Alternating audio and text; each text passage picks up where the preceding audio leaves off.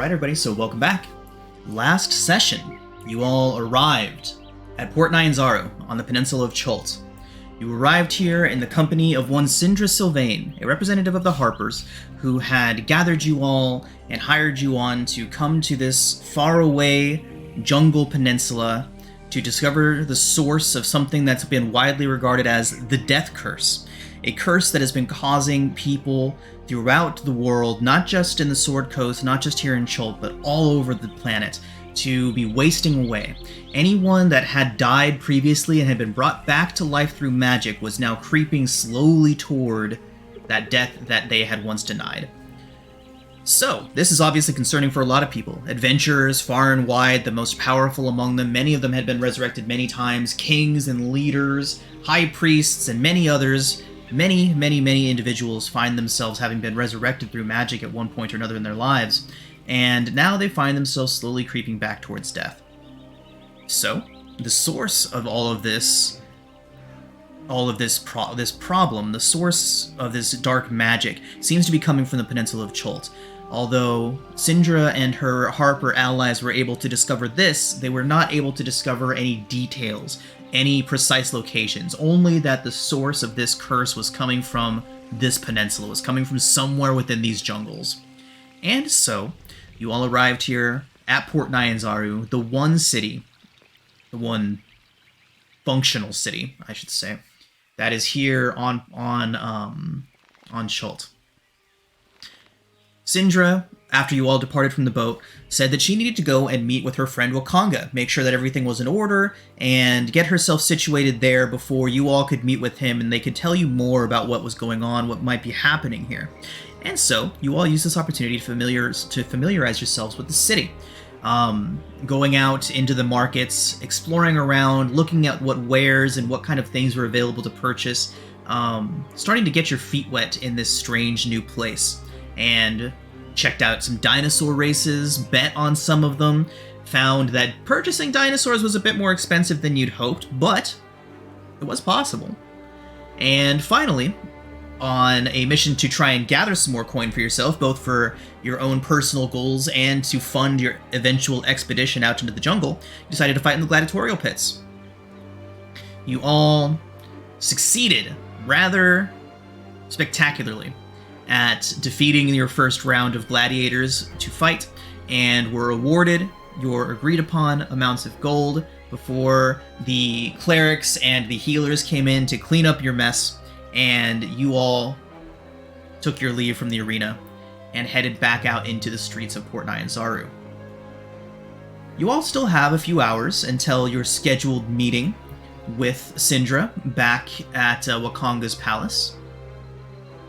So, as you all are gathered outside of the arena, what would you all like to do?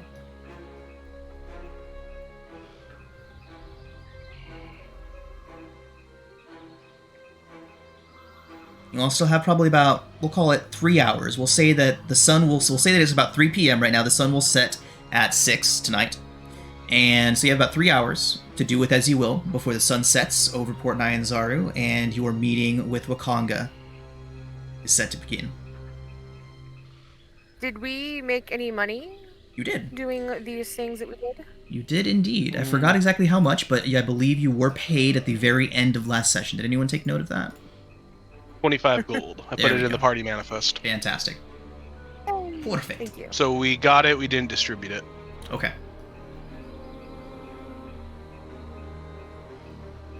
Let's see, where's the glute? There it is. The glute. The group's loot. 25 gold. Well, that's probably still not quite enough for us all to go shopping. That's 5 gold a piece, right? No, there's 4 of us. 1, 2, 3, 4. Okay. So 8.25 gold a piece. Okay. Go ahead and turn off this dramatic music. We'll go ahead and get something a little bit more appropriate. A way for us to maybe earn some more money? Or do we want to just go to the tavern/inn? What do we all want to do? I didn't realize we had this much time after the fighting pits before the meeting. I didn't really make a plan after this. Well, Do we fight again? Like, is that an option?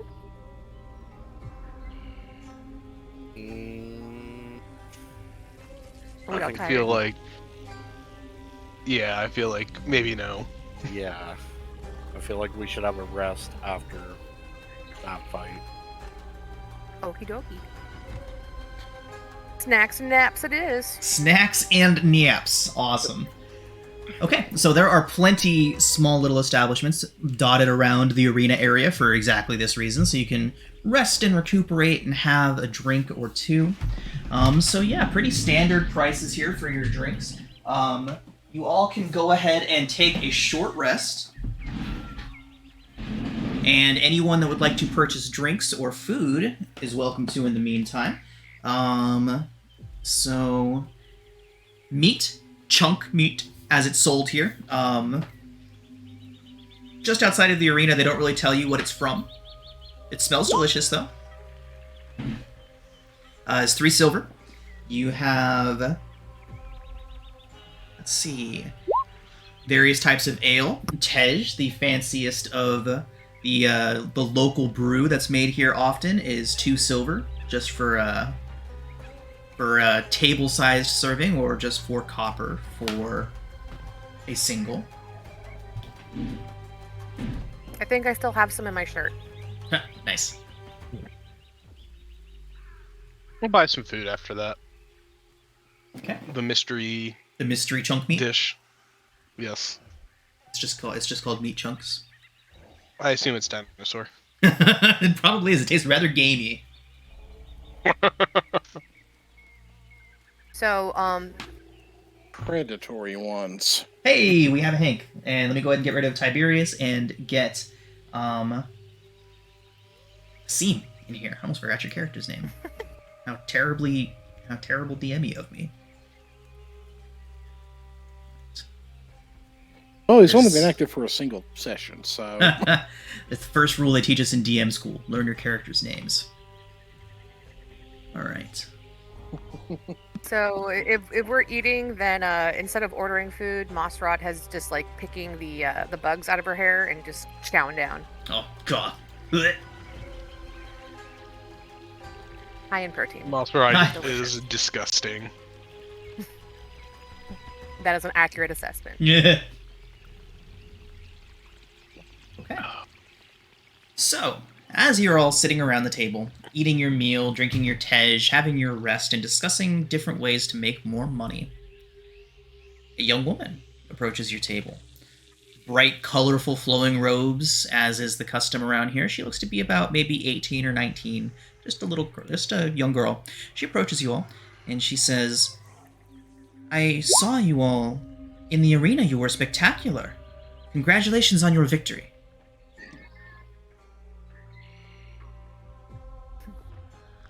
Thanks. She looks over towards you. She says, "Are you of the Batiri people?" I don't know, am I? No. The Batiri are Chultan Is that a native thing goblins. that I should know? The Batiri are the Chultan Okay. native goblins. Mm. Okay. No, I'm not from around here. Oh. Scratch, I'm scratch, sure scratch. there's much to see, much to do. There's much culture here in Chult. Well, my mistress, Kaya from Kaya's House of Repose, has sent me out looking for able adventurers. Said that this would be a good place to stake out. Victors are usually looking for more victories, as it were. Would you like to accompany me to Kaya's House of Repose to hear her offer? She would pay very well. What you think, guys?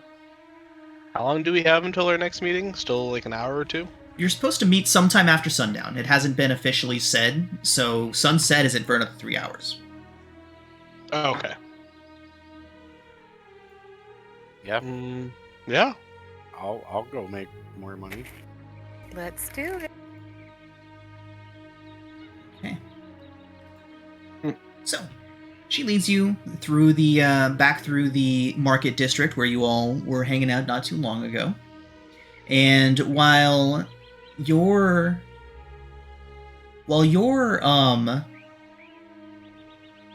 inn that you all were staying at is rather rough and tumble, the Thundering Lizard, always people yelling and laughing inside. In comparison, when you make your way over to the northern side of the market, you come across Kaya's House of Repose. It is a stark contrast. It is very neat and tidy. Everything is very beautiful, very clean, and you hear soft music floating away from inside of the building. So,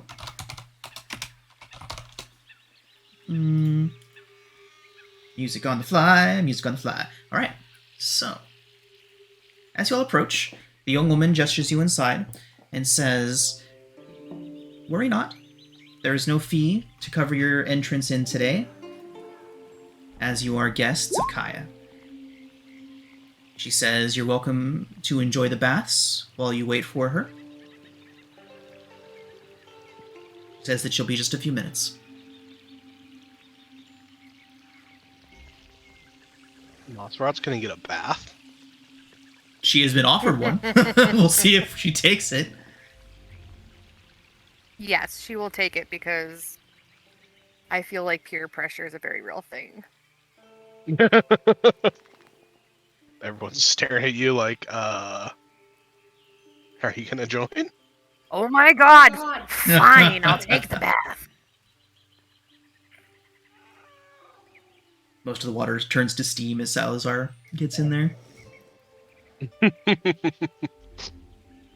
Summon up Sizzle to warm it. Right. So after some time, maybe about 15-20 minutes, long enough for you all to get a good rinse and hang out for a minute. You have fresh towels waiting for you. You never saw who left them for you. But after a few minutes, the young woman approaches you all again and says that Lady Kaya is ready for you now, and gestures you into a large common room. Upon entering this large common room, there is a distinguished elven woman. She greets you all and introduces herself as Kaya, and she says that she can tell from your appearance that you are the adventurers from the Sword Coast that so many people are talking about.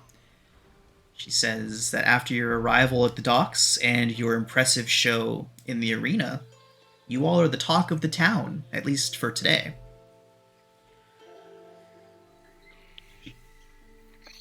She says that she owns this inn, and she does indeed have a job for you, as her progeny has told you. She says that for several months now, food and supplies have been disappearing from the cellar here. She investigated herself for some time, just long enough to confirm that it's none of her employees or any of her guests causing the loss. But now she herself is at a loss and can't figure out how anyone would be getting in. Hank, we got some rustling on your end, bud. Sorry, I was having to move some paper around. Oh, okay. Alright.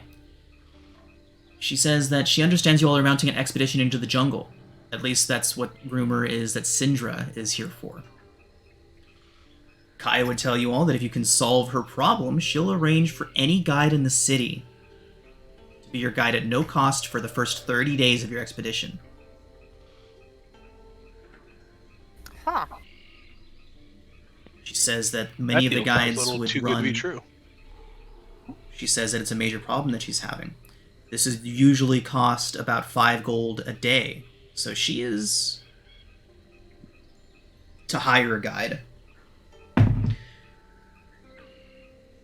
And as her progeny said, she is willing to pay very, very highly.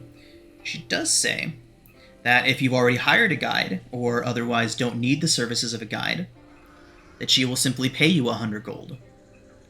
And she says an additional 50 if you can bring the culprit to her alive. What do y'all say?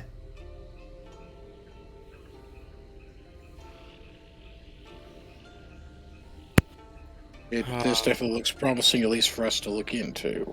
Yeah.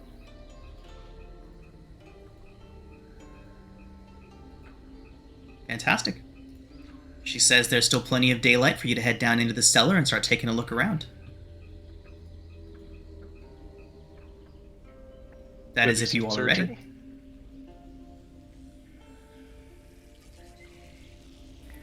I just imagine that this bath has like. So when Mossrot comes back out, Mhm. she's like no longer even green and brown. She's like been scrubbed up so that like her actual colors show. It's great. Like bright Nice. green.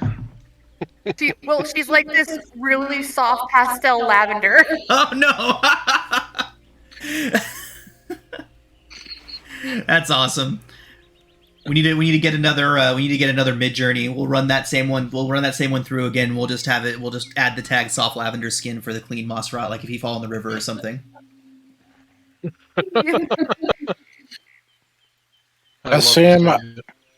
Sam is both curious but horrified at the thought of how he befouled the water Oh, bath now is. as soon as Attendants Mossrot got are out of traumatized. it, there was immediately 3 attendants walked up and just pulled the plugs to drain it.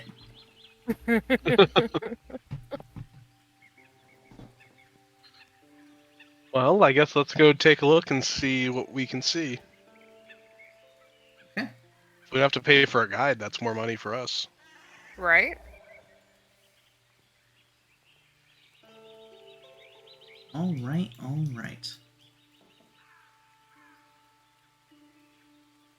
So, Kaya leads you all down a flight of stairs and says that this is the storeroom that has constantly been being looted. She says that she's had guards standing by and still hasn't been able to find any such culprits. No reasonable reason that this is happening. So here you all are. Oh, 1 second. Looks like the lighting is off. Let me get that fixed real quick.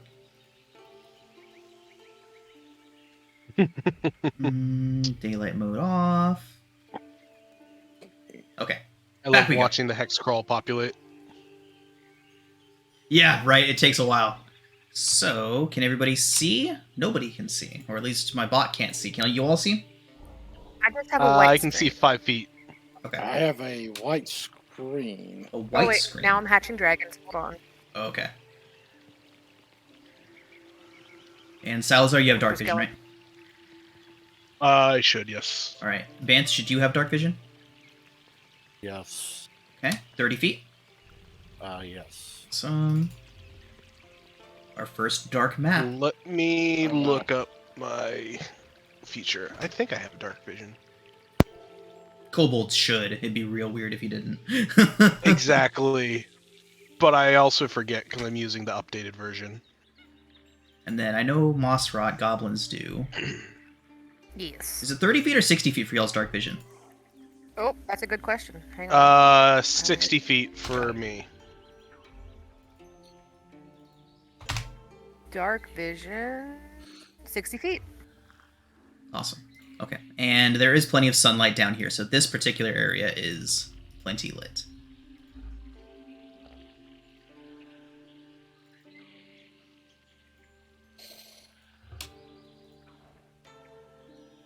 All right. Well,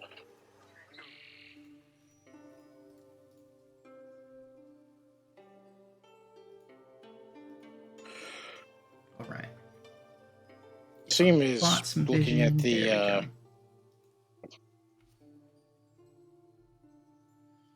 Who wants to be the second set of eyes for the bot? Asim, I always pick the person that doesn't have dark vision as one of them. Merely, as soon as it gets dark, he's probably going to fire up a light cantrip just so he can see stuff. Got it. Banth, I'm gonna set the bot to see through your eyes if that's okay. Okay, yep. Awesome. Okay. All right. So, what are y'all doing?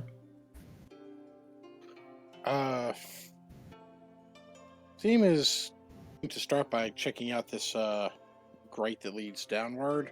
Okay. To see if there's any sign that it could have been moved, tampered with, anything of that nature. Okay. Yeah, taking a look at it, you can tell pretty quickly that the bolts have been loosened to the point where the whole drain cover can simply be lifted away.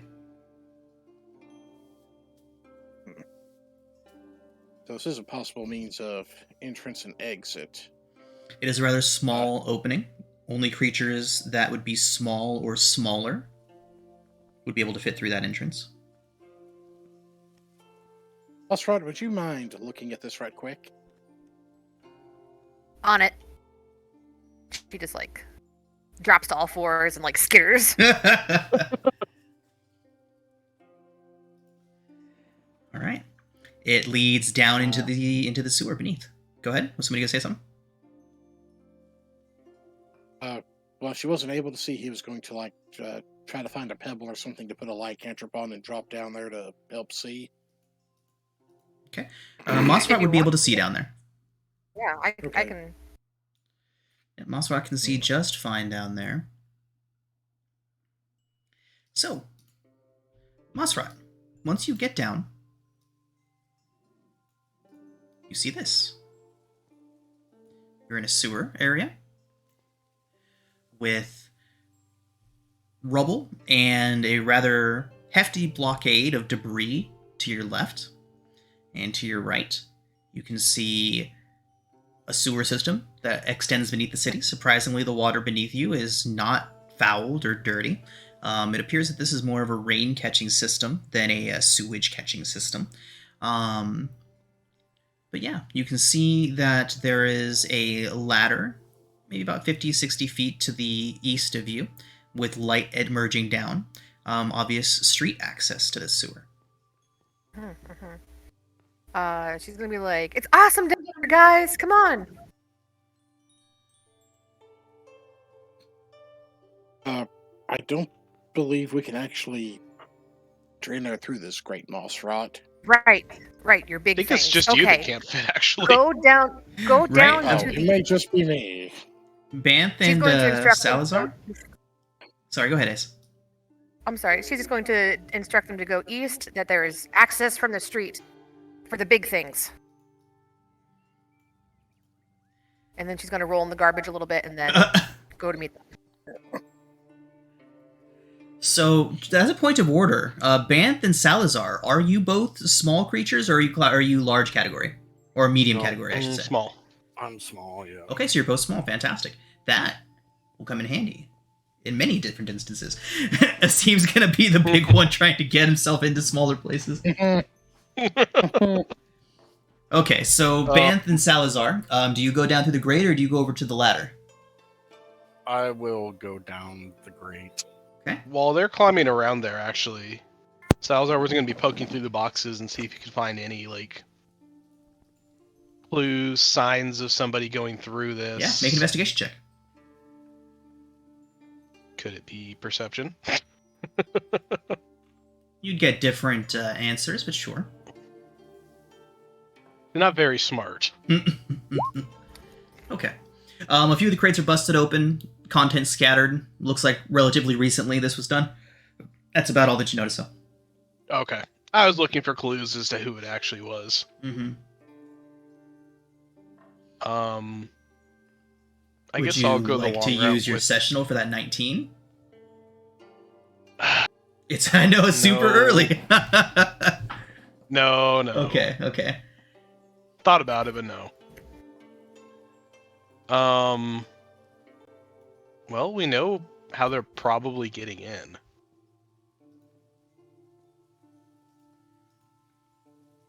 I guess we're going down?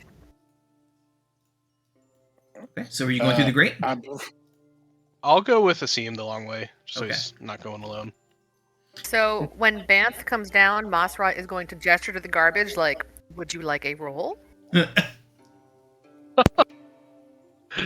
We just got you clean.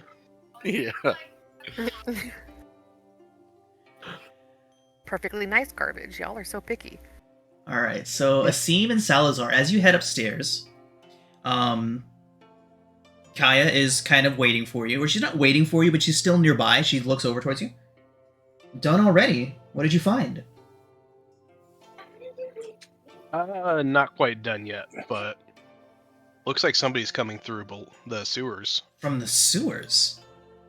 She says, well, that explains why we didn't find anything up here. We've been searching for thieves and rogues coming in, stealing from us. We didn't expect anything from below to come up.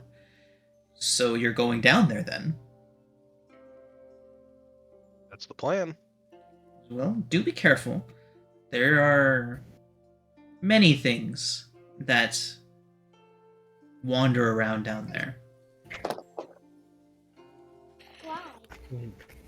Things such as Oh, nothing that a group of such as yourself shouldn't be able to handle. Some flushed pets, things of that nature. Plesiosaurs, whippers, things like that.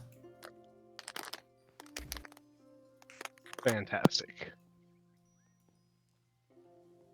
Well, I guess we'll be back with some information and hopefully somebody. He says good luck. Alright, so I'll go ahead and get you two down there. Yeah. Asim, did you get your health points after your long rest? After your short rest, I mean? I rolled one hit. I rolled a hit die. It's just I took quite a bit of damage and only had one hit die left. 'Cause Right. this one smacked me. Mage battle. Yeah. Okay. That's right. Okay. The Let me find gentle myself. the gentle music of the tea house and the bathhouse above fades away and is replaced by the sounds of dripping water. Doesn't smell down here. It's actually surprisingly clean for the most part. It is a rain drainage system, so you don't have to worry about anything too terrible happening in there. But yeah, you all may move freely. Remember, whenever we're doing these type of crawl type of things, to only move your token a few spaces at a time and to not teleport yourself anywhere. As always, if you teleport yourself a long distance, I will assume you took the most dangerous route possible to get there.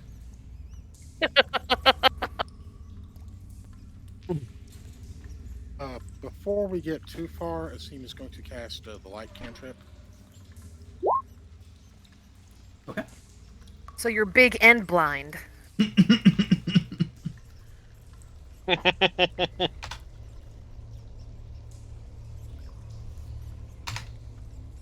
Where are we going? Mossrot. How much would you say Mossrot weighs?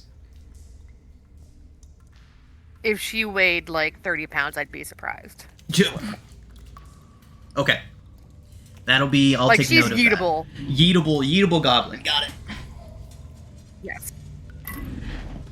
Okay. Hey, River, Hank, what is she? 40 pounds? She's 40 pounds. Let's say she's 40 pounds. Okay. Yeah. That counting gear and everything?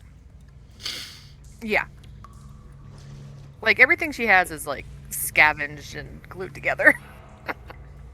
That's fair.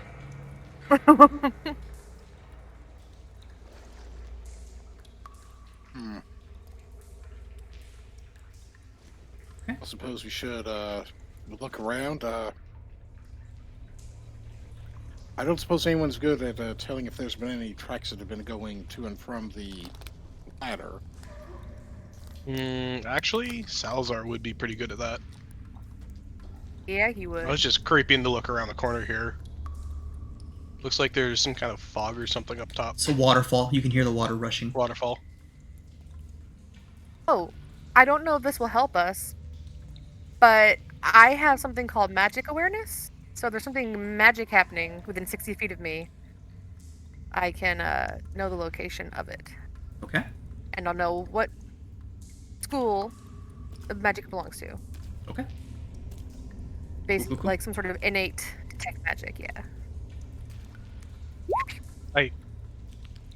Is an action.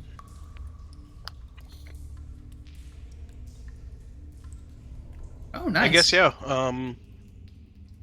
Salazar will just look for some tracks or some signs of people. Okay. So go ahead and make a survival check, and we'll assume that you've been doing that since you got down here. Salazar. Yeah, he's good at Where's survival at? 22. Nice. Okay. Oh yeah, he's actually really good at this. Okay.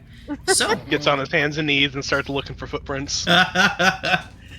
has a little magnifying glass out. All right, or his little his torch is brightening the area beneath him so you can see better. So Salazar, you do notice some drag marks as if somebody was dragging a sack. Started over here by the grate and proceeded this way.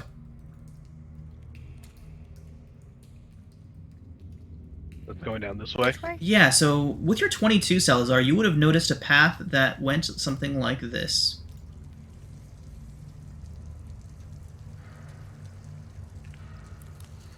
So down and across. Yep.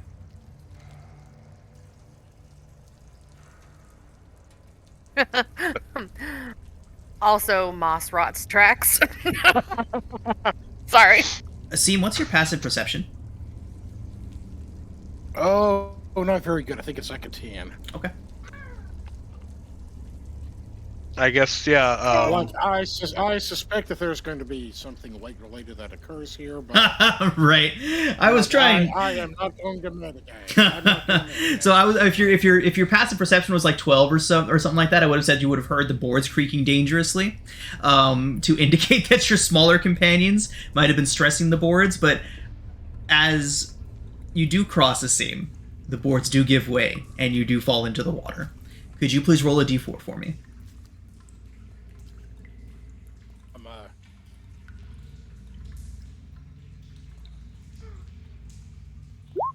What a seam. Okay. You all see the boards creak and then snap under Asim's weight. He goes falling into the water, splashing around a bit. Robes are soaked. Yeah. That's it. Nothing happens, Asim. You're just soaked. I just reach the butt of my pole arm out to him to like, come on, big thing, let's go. He looks at the Poor guy. pole arm to see if it is more or less disgusting than the sewer he's in. Hey, her weapons are spotless. Oh, nice. He clambers up. All right. Maybe you should stay in the back. I agree. I severely miss the deserts. Ugh. This is probably the cleanest place Mossrat's ever been. So yeah, Salazar will just kind of point out the tracks so other people can maybe help pick up the trail. How does this bridge look? Make a perception check. Let's see, do I have... yeah. Looks good. Looks great. You know, clambering Asim, could you please roll a D1, 2, 3, 4, 5, 6 for me? Oh no. D6. I don't like the sound of D6. that. Okay. And The annihilating is starting early. the annihilating has begun. Another D6, please. Thank you. Okay. I Thank you have much. to ask, do the DMs like just sometimes when they're bored be like, hey, roll something for me real quick? Of course not. We would never do such a thing. I don't believe you. That's fair. Considering I had to roll stuff, assuming now I'd like to check himself for leeches. So I now have a suspicion there's like 6 leeches attached to him. Asim, a quick search over your body reveals no leeches, no parasitic organisms of any kind. He is going to make a perception check Absolutely. on this thing because he now no longer trusts the bridges. Seems fine. Apparently believes it's great no matter what. We'll see if it is or not. You made it. It's fine. Can I see if they went across this bridge or to the right? Make another survival check. Oh, we're just Do gonna it, roll buddy. these all night. Yep. Probably every major intersection will have them. Okay. Mm-hmm. Awesome. Tracks go this way. We're just gonna keep following them. Moss Rod's just doing like this weird They've been little doing this a scuttly step. while.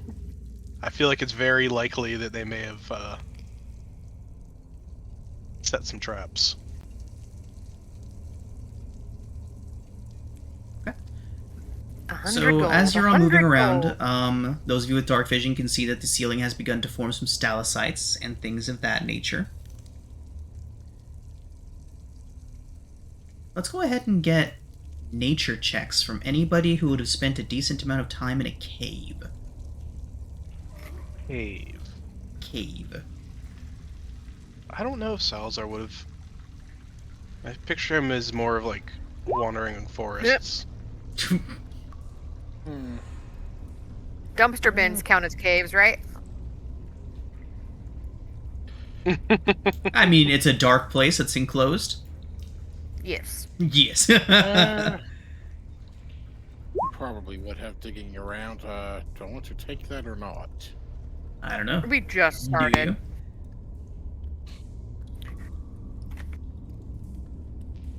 Oh, what the heck? Let's take it, see what I know.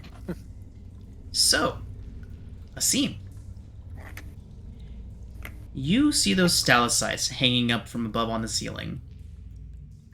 And you remember something from the last time that you were out in a cave system. And looking around, you realize that the water's not falling in a way that would cause those things to form naturally. You are not surprised, as several of these stalactites break loose and begin falling towards you all. And we're going to roll initiative. Oh God! I I thought it was gonna be a oh, trap. Not what are those? they? Ah, They're loud. squids.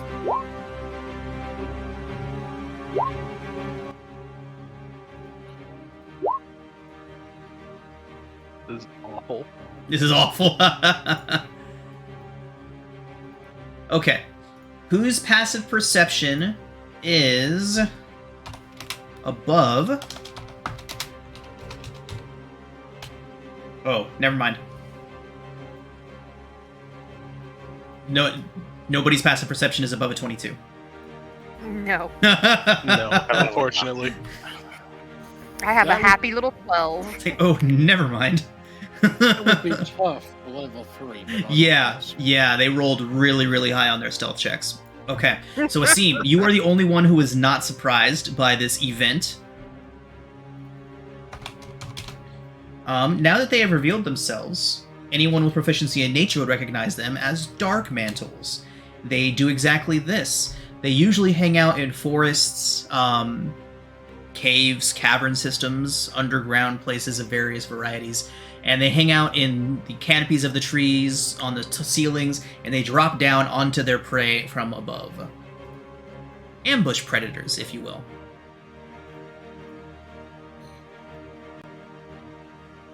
Okay, they did roll low on their initiative, but they do have surprise on everybody except for us. Oh, shit.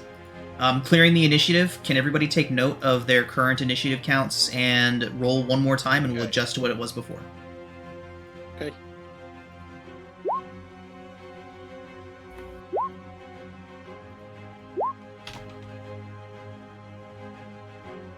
Okay, and go ahead and adjust to whatever it was a moment ago. I'm trying. It's promise.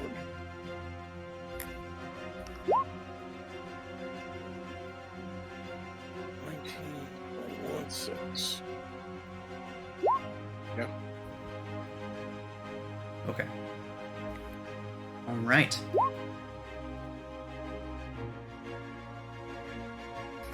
Phew, sorry. All right.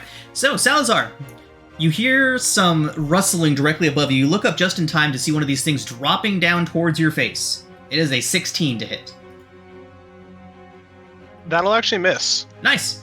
So, it drops in front of you and it tries to latch itself onto your face, wrapping its like webbing around you, but you manage to knock it away with your staff. It floats ahead of you, kind of waiting to strike once again. Gross. Indeed. Masrat. One drops towards you as well. That is an 11 to hit. Miss. Vanth, the one dropping towards you. Oh, I'm sorry. Asim, you would have gotten to go first. So go ahead and act, and then we'll come back to these guys. Okay.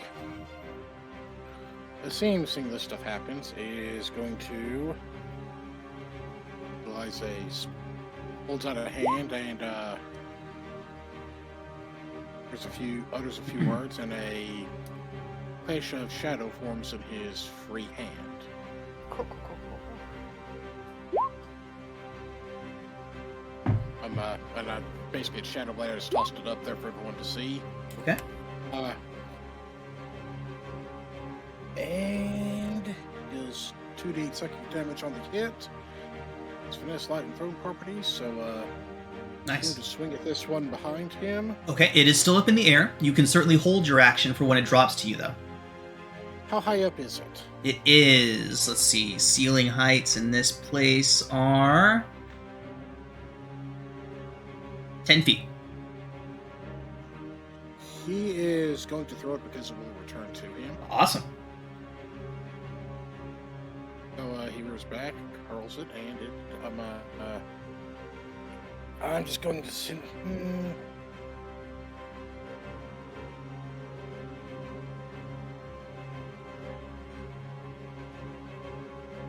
So go check it because I've never used this spell before.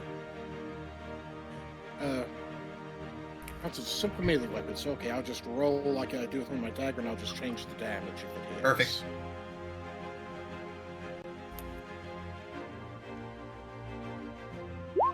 $22 hits. 22. Woohoo! 2d8. All right. So I'm 6 points of damage on it. And as it hits, it just, those little woven together shadows just kind of fly back and re-solidify in his hand again. Awesome. That is awesome. And that is his turn. Okay. Now, back to these things. Banth, the one coming for you, it is an 18 to hit. Hit. For 6 bludgeoning. The thing drops from above you and latches onto your face, wraps itself around. It attaches to you, engulfing your head. You are blind, and you find yourself unable to breathe. Awesome. Oh. Okay. So, luckily, being unable to breathe isn't exactly a major issue in combat, since it does take several rounds for it to begin to affect you. What's your Constitution modifier? It is 1. Okay, so you can hold your breath for a number of minutes equal to 1 plus your con mod. So you have this entire combat until you start to suffocate. But the main issue is that you are blinded. Yes. And now the one coming for Asim. Asim, 16 to hit. Just meets my AC. Okay. So that is going to be 6 bludgeoning damage, and you also have one of these things attached to your face.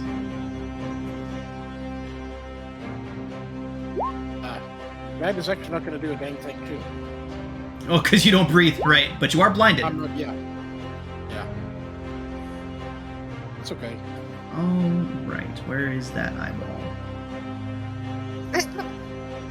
There it is. Okay. It actually simplified a few things for me. All right. That does bring us back to the top of the initiative and to Asim. He is going to drop. He is going to drop the light cantrip. Okay. And because if it is dim or dark light, he gets to take a swing with a shadow copy at advantage. Oh. That's cool. Yeah. So what he's going to do is what he's going to do first is also utilize his form of dread to do 1d10 plus 3 temporary hit points. Okay. And force this thing to make a so that's 11 temporary hit points. That's not bad. Wisdom saving throw result from it is a 4. So we will see what happens. We'll see if I hit it or not. So I'm just gonna, just as a point of order, you are going to attempt to stab the thing that is attached to your face. Trying to like scrape across, like right in front of my face to see if I can wing it at him. Okay. 22 hits. So that would be 88 psychic damage, and it would now be frightened of me. Okay.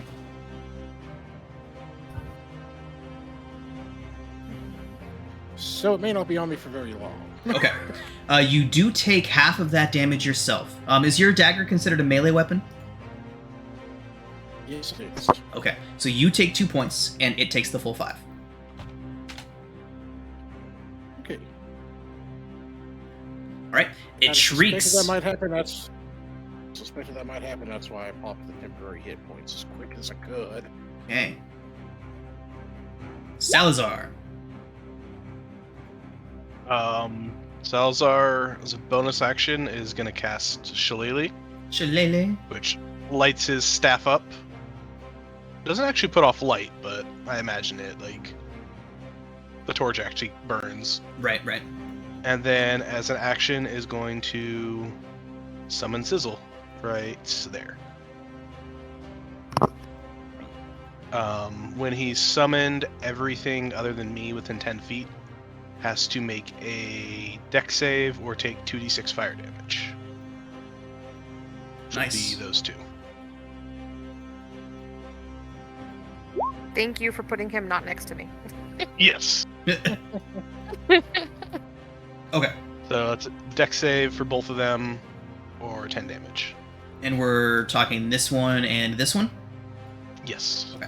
That is awesome. Dexterity saving throw. What's your DC? 13. 13 damage. 10. 10 damage. Half on success or none on success?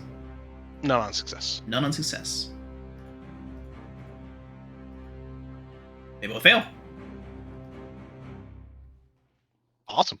So lights up his torch and gives it a big wave as Sizzle comes burning out of it and just torches these two. Nice. And that will be Salazar's turn. Banth. Okay, I'm just gonna try and do what Seam did and try and use my dagger on it. Okay.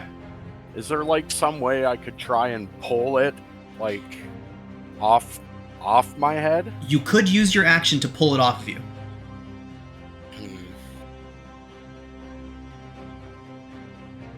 Yeah, I'm gonna try that. Okay. One moment.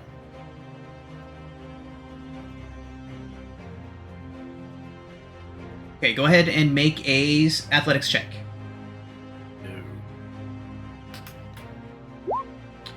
You rip it off of yourself. You are no longer blinded. Yay.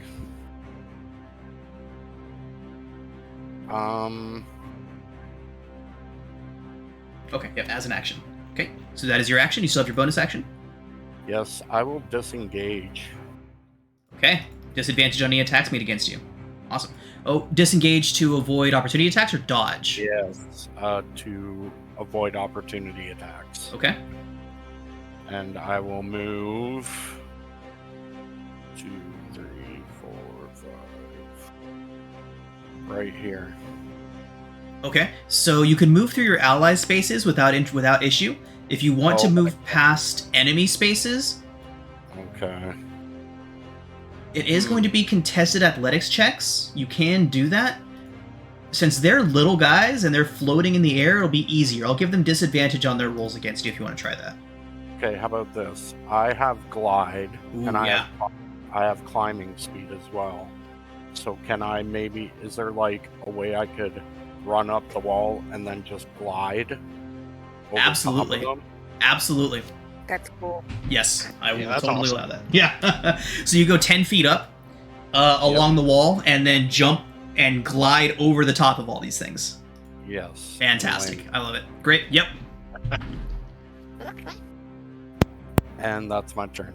Awesome. Mossrot.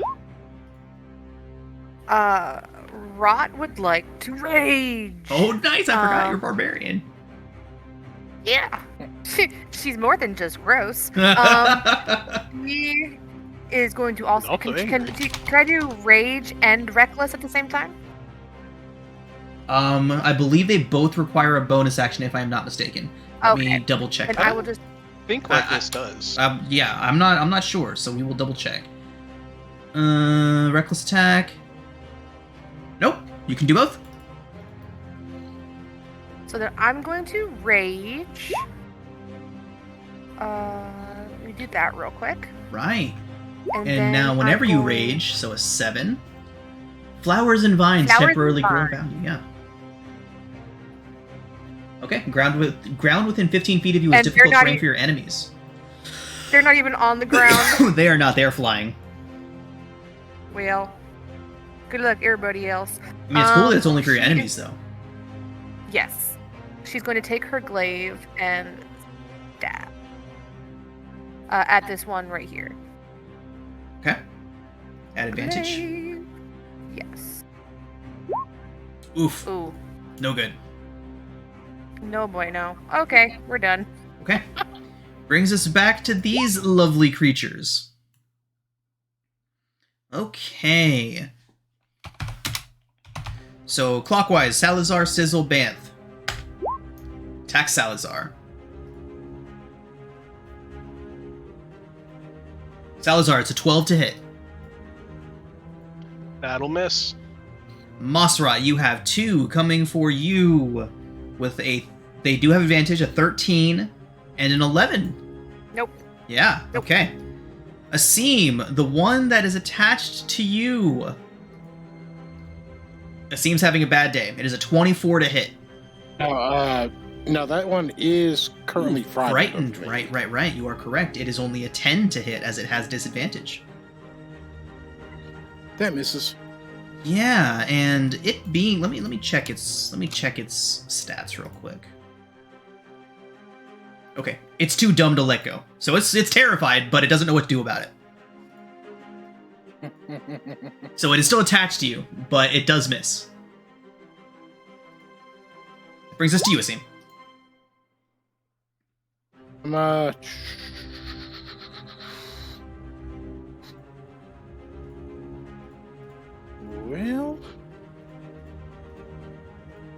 1 second. Let me check what I have.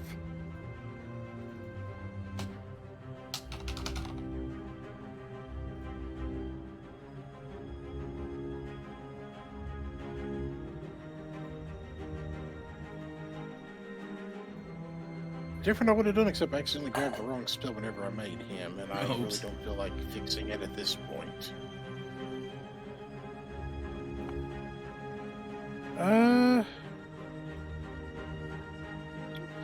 Suppose we're going to have to try to use that Shadow Blade to try this thing off again.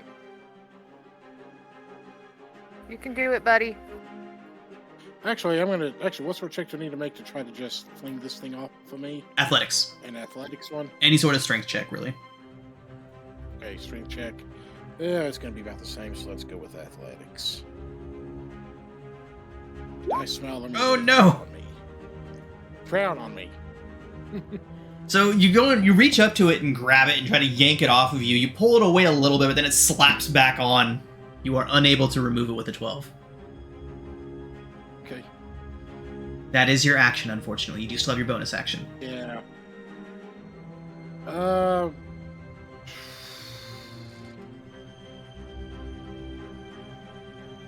Wait.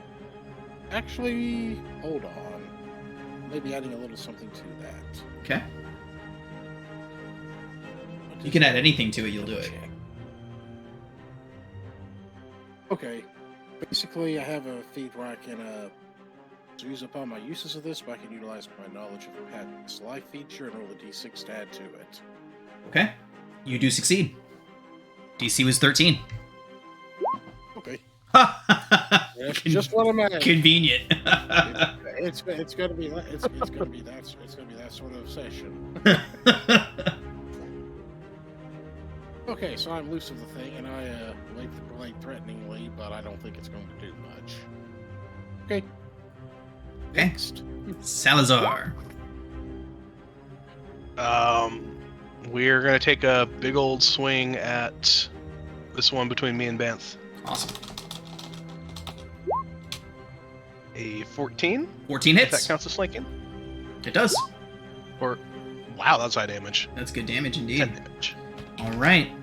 It is looking very rough, bleeding out, but it is still flying around. All right, and then as a bonus action, we'll command Sizzle to coast up here a little bit. Okay. And then teleport the two of us. That's so So that's cool. a dex save for the ones on either side of me, and then we can teleport 15 feet. Nice, nice. Dex save 13 still? Yes. 13 against 3 fire? Yes. None on success. None on success. See if the one that you want to fail fails. One of I'm them hoping. fails. It was not the one you wanted to fail. All right. And we'll just pop over here and here. In the water?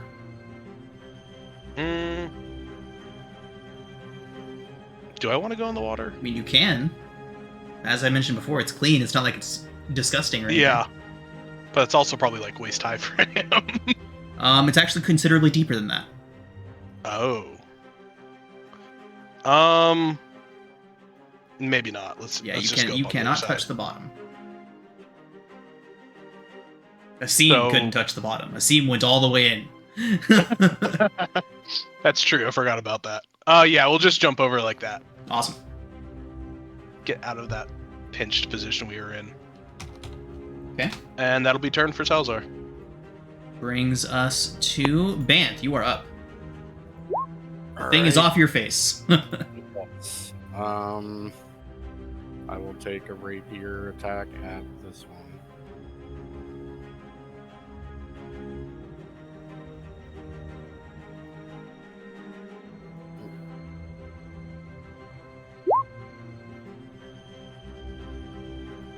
$14.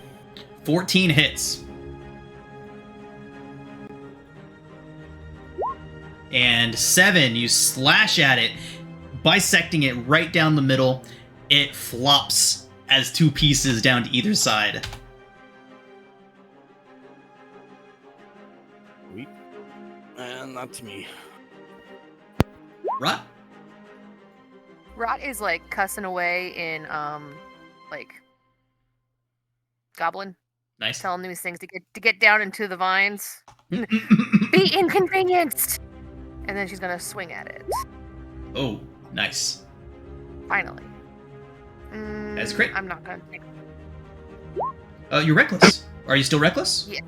Generally reckless. speaking, when a barbarian says reckless, I assume they're continuing to be reckless until they say otherwise. Yes, I am reckless indefinitely. Okay, right. She knows no other way to be. Okay. So, which one are you swinging at? This one right next to me. One hanging over the water. Got it. So we are looking at 17 points? Hooray! Yes. Yeah, excellent damage. Okay, it is looking real rough. And just sort of like snarls at it. And I am done, I guess. Yeah, I'm done. Next. Brings us to their turns. At disadvantage, we'll start with the one on Asim. It is no longer on Asim. Asim was able to get it off. Okay. So, it is going to attack... Go ahead. No, I think it's just a straight roll for it now because that fear effect fades at the end of my next turn unless I hit it again. Understood. Guess 12 to hit. That misses. Okay, Rot, there are 2 attempting to latch onto you. It is a 13. Jeez, they're rolling so bad. And a 13, both at advantage. 13 misses, I assume? Yes. Okay. Back to you, Asim. We're going to take another swing with our Shadow Kopesh. At advantage since it's dim light for 24, which would be 2d8 psychic. Okay.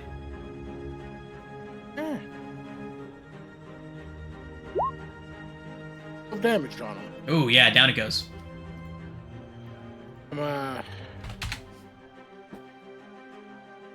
Sadly, I cannot really see much, but I kind of sort of remember that there's other things this way. I kind of take a half step over here. It's still dark. And I sort of kind of see one there between Sizzle and Mossrot, so... Okay. I think You will have disadvantage on the attack. Actually, I think, yeah. Actually, I don't know. I may want to stay right there. Illuminating it at all? What was that? Is Sizzle illuminating it at all? You know, it seems like he Or- should, since he's made of fire. Mechanically, he does not, but we will allow okay. Sizzle to emit 5 feet of dim light. That's what we'll Well, do. the thing is, even without that, it just turns into a straight roll since in dim light or darkness, that Shadow Right. Blade has advantage. So. It's more flavor than anything, but we'll have him emit 5 feet of low light. It'll still be at disadvantage, but Okay.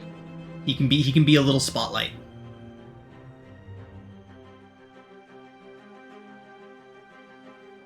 Okay, that's my turn. Okay. Salazar. We're over here, and I actually don't have a plan what to do from a distance. I just wanted to not be in the middle of all of them. Valid. Yeah. I think we're just gonna have Sizzle throw a flame seed, and that'll be turn. Okay. We're very happy on the other side of the water for now. Actually, we will have him loop around though to give Mossrite some flanking there, Okay. and we'll throw a seed at this one over here. And Sizzle flies, right? Yes. Okay. So we'll say that as long as there's enough space in the room to occupy, for example, if the ceiling was only 5 feet tall, we couldn't do this. But as long as there's enough space to occupy, we can assume that Sizzle is flying high enough that people can occupy the same space as him. Okay. So that'd be a 19 to hit. Salazar 19 hits. is Which like one? a tactical genius. This one down here 19 hits. for 7 fire, All right. It is badly hurt, but it is still flying. and that will be the turn. Bam. Back to you. Alright, Vance will run up and take a swipe with the rapier at this one. Okay. At advantage.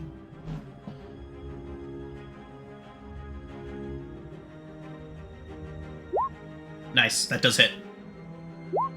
And 9. Nice. Another one felled by Banth. Only one remains. That's my turn. Moss Rot. Alright, Rot is mad that everyone else killed theirs and hers is still standing. So she is going to do the stabby thing again. 18 hits. Oh, that's so much 13. damage you do. Jeez. All right. Mossrot, how do you kill it? Basically like maniacal stabbing with the glaive, like just like just constantly just horrific bloodbath. Nice. Nice. Like now everyone knows why she was kind of brown. Oh no. Just dried blood my. everywhere. Oh my. Just blood everywhere. Okay. And with that, we'll drop out of initiative. Okay. And the temp HP will vanish because that's only good when my former dread is going. Okay. Let me get rid of that. all the magical vines and flowers just sort of shrivel up and turn to dust. Okay. Sam reaches back up to it hanging around his neck, touches it, and activates that light cantrip again. Okay. See what he's doing. Uh, And then cleans off his dagger, then just basically checks himself. Still no leeches. Mothra Yeah. Mothra is cleaning her glaive on his robes. Stop that. Ren just looked down and she's cleaning her glaive. He may sort of, since that shadow copation is still available, just kind of gently aim it at Melsart, being like, "Not on my clothing, please." She just giggles. Okay.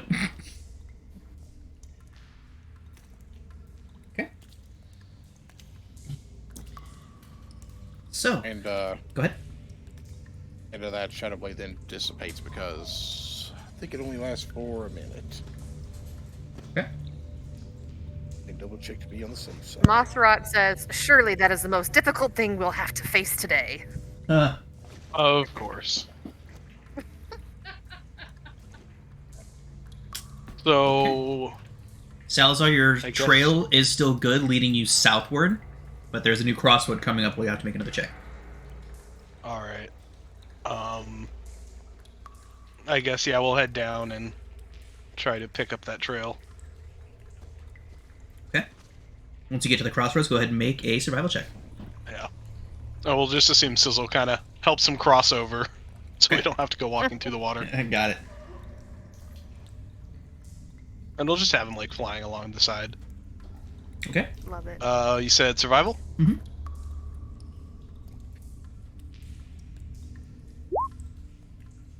Only a 9. You've lost the trail. Which checks out since it looks like it's broken up here anyway. Do you think Rob could help him?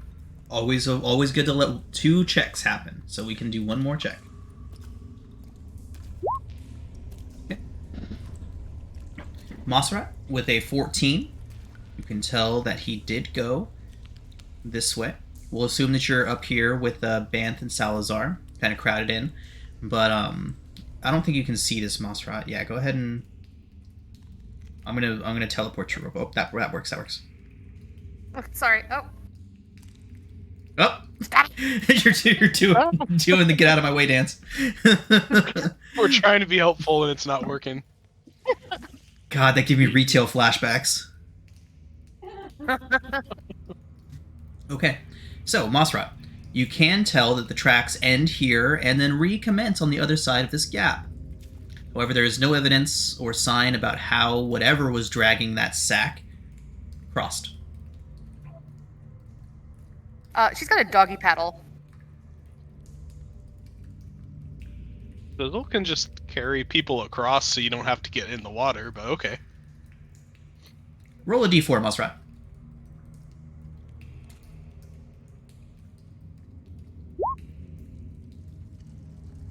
Okay. She's very proud of her doggy paddle, and she shakes like a wet dog to get that. We haven't gotten that far yet. Oh, sorry. Still in the water. Still in the water. You see a pair of eyes pop up near you. As you doggy paddle across the water, these 2 eyes kind of pop up. They're looking right at you. They appear attached to a rubbery, skinned something. All you see is a flat, long nose with these 2 eyes embedded up at the top of it. Am I still raging? No, because I haven't been hit recently, so no, I'm not still raging. Okay. I'm gonna say hello to it. It growls Hello. low, and the rest of its head starts to pop up and out of the water. What is Oh it? god, that's big. It's a plesiosaur! I love it. What do you do, Mossrat? Buckle up. Alright. I'm so sorry to say this, guys. She's going to bite it. Roll initiative, everybody. I'm sorry.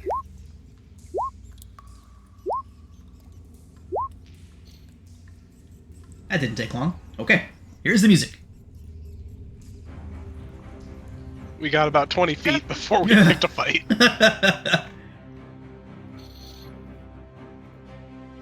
Okay. Plesiosaur, initiative.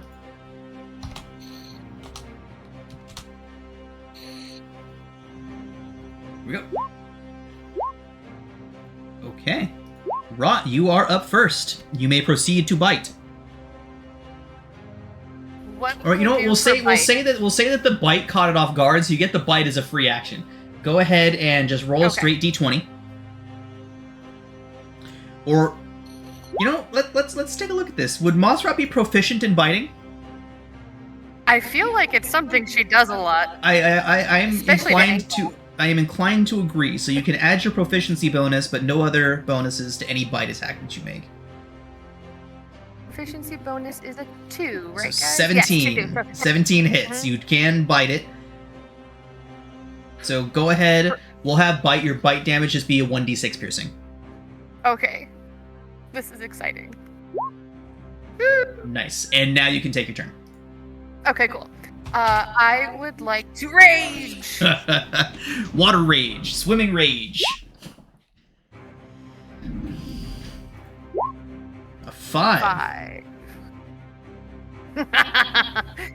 What the hell? Every time, whenever a creature hits me, the creature takes 1d6 force damage. Oh, this is fun. I like the Wild Magic Barbarian. This is the first one. The first one I played with in all the time that I've been DMing. This is the first Wild Magic Barbarian. Really? Yeah. I love her. She's cool. So she's going to stab it. Step. No, 12? 12 is no good. Okay. It's okay. She gave him 5 damage from the bite. Okay. Rot. Can you guess what it's gonna do? It's gonna bite me back. It's gonna bite you back. Oh no, that is a 24 to hit. That does hit. You take. I do have one question for my Yes. movement. Uh huh. Could I try to get on it? Like, it can still bite me, but can I try to, like, ride it? Make an athletics check. Fucking Bronco, buddy. Athletics check? Yep, you can do so at Okay. advantage because you're raging. We'll call this your bonus. You know you. Okay. Either way, unable to. Oh wait, you do have advantage. 20. Yeah.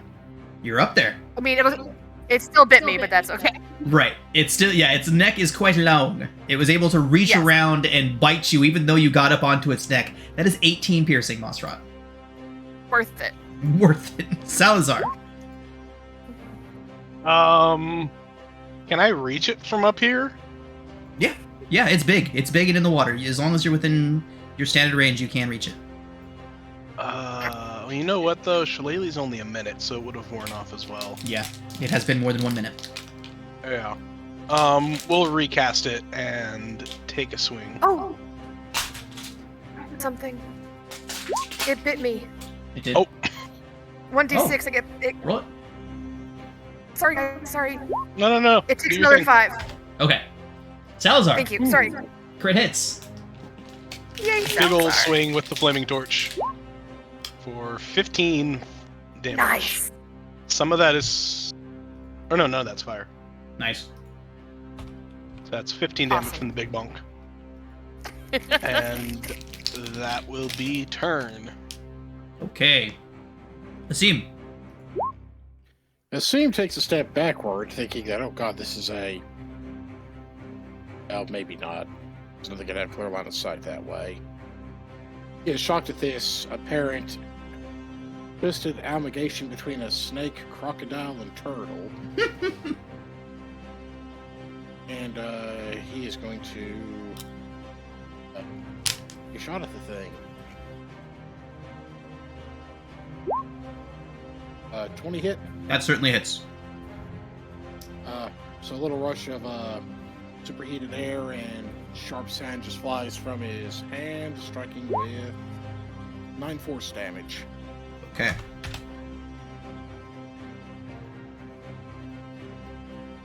Do you have Agonizing Blast? What's it do? Oh, it didn't add. Why is it not adding? Oh, it should add 2 to it in that case. So that'd be So another 2? Yeah.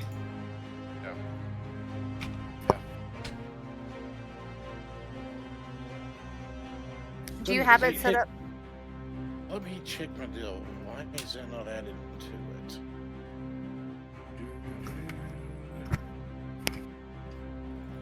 Okay. No. Okay. So, point of order. I think this worked too. And Banth. Alright, he's just gonna take out a short bow and try and get a shot at it. Awesome. Mossrod is on top of it, so you do get sneak. Okay, sweet. She's having the time of her life. Hit.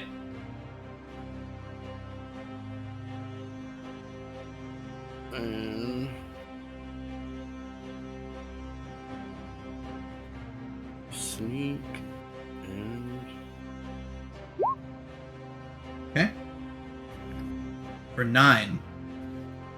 Okay. that's me. Rot. Well, she's riding this guy, and she's just going to keep stabbing him. Okay. She is giggling the whole time. I 15? mean, you wanted to ride a dinosaur. Exactly. This is the greatest day of her life. 11? Okay.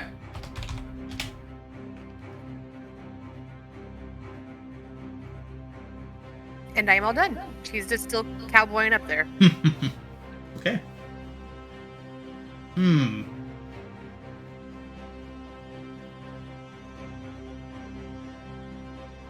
Okay. So, Mossrot. It begins to submerge. I'm holding on. It attempts to flee. It dives 10 feet down to the bottom of this trench and proceeds to swim away. Alright, if it's swimming away, I'm gonna let it go and float back up. Okay, where do you let go at? Probably as soon as I start past Sizzle, so like right here, I'm like, oh, we're leaving. Okay. Bring it back up there. I Okay. just reappear and like spit out like a little fountain of water. Did you guys see that? All right. Yes, yes, your second bath in less than a day. She is. This is a month. This is a annual record, isn't it? Yes. She climbs back up and is just super excited about it. Awesome. So, you all would have seen this thing dive down into the water. And then Mossrot, a few feet later, just pop back up. It does flee. It's just a beast. It's just an animal. Oh. Yeah, no reason for it to fight to the death. We So could it have runs kept away. it as a pet. I tried. You bit him! I was startled. Awesome. That's your reflex is to bite? Yes. It's effective. I suppose so. Alright, what do y'all want to do? Hey, Sean, I hate to ask. Uh-huh. Can bite be a thing she does? Like, is that an attack thing we can put in the... Yeah, I The tokens. already figured it was a thing after we set up a mechanics for it. Hooray, thank you. Mm-hmm. Lead the way, Salazar. Back on the other side and everything. Moss, weren't you the one who was following the trail a second ago? Right! She just cannonballs back in. Oh my god, roll a d4. Really? Yeah.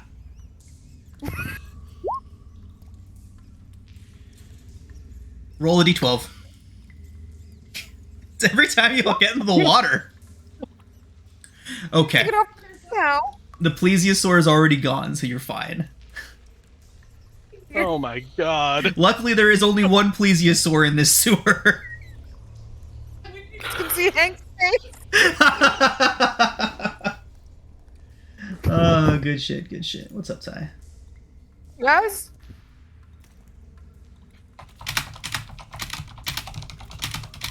Y'all are cowards. Y'all are cowards. I have 8 hit points left. Yeah, I'm pretty hurt. Wait, really?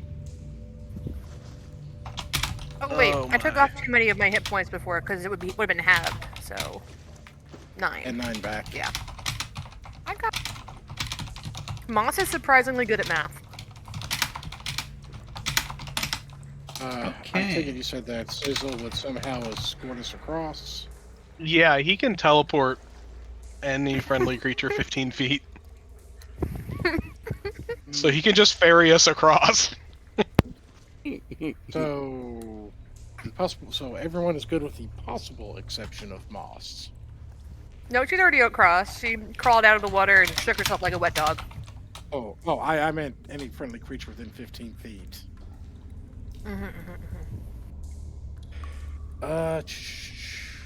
Well, I'd move over there, but I do not have the room to move over there yet, so we'll wait. Or Sorry. put myself right there.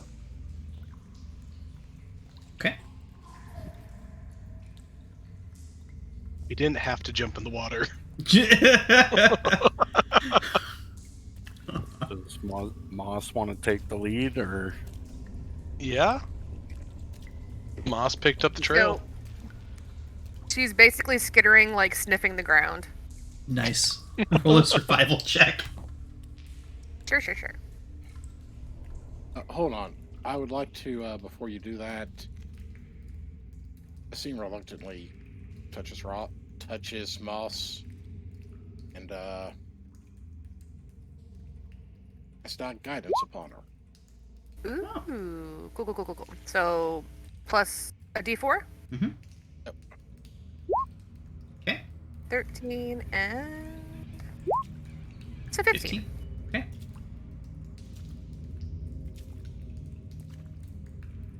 She's just snuffling like a bloodhound. Just pauses here, licks the stone, keeps going. Come on, guys! Licks the stone. How does that bridge look? How does that bridge look? Make a perception check.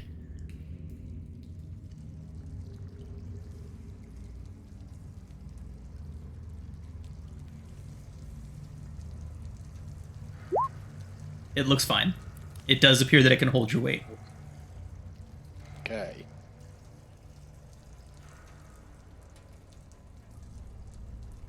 Oh.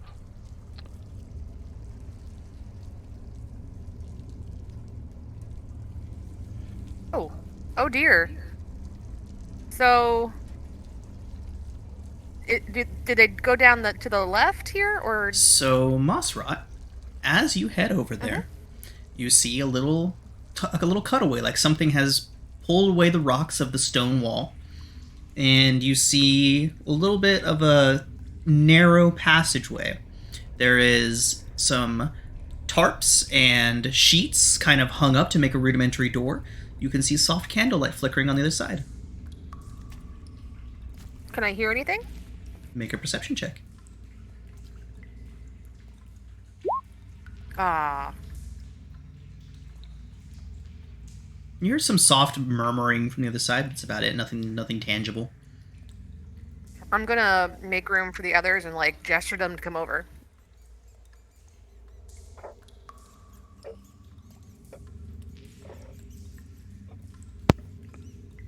can I make another perception? Sure. Thank you. Yes. Hey, River, cut that out, please.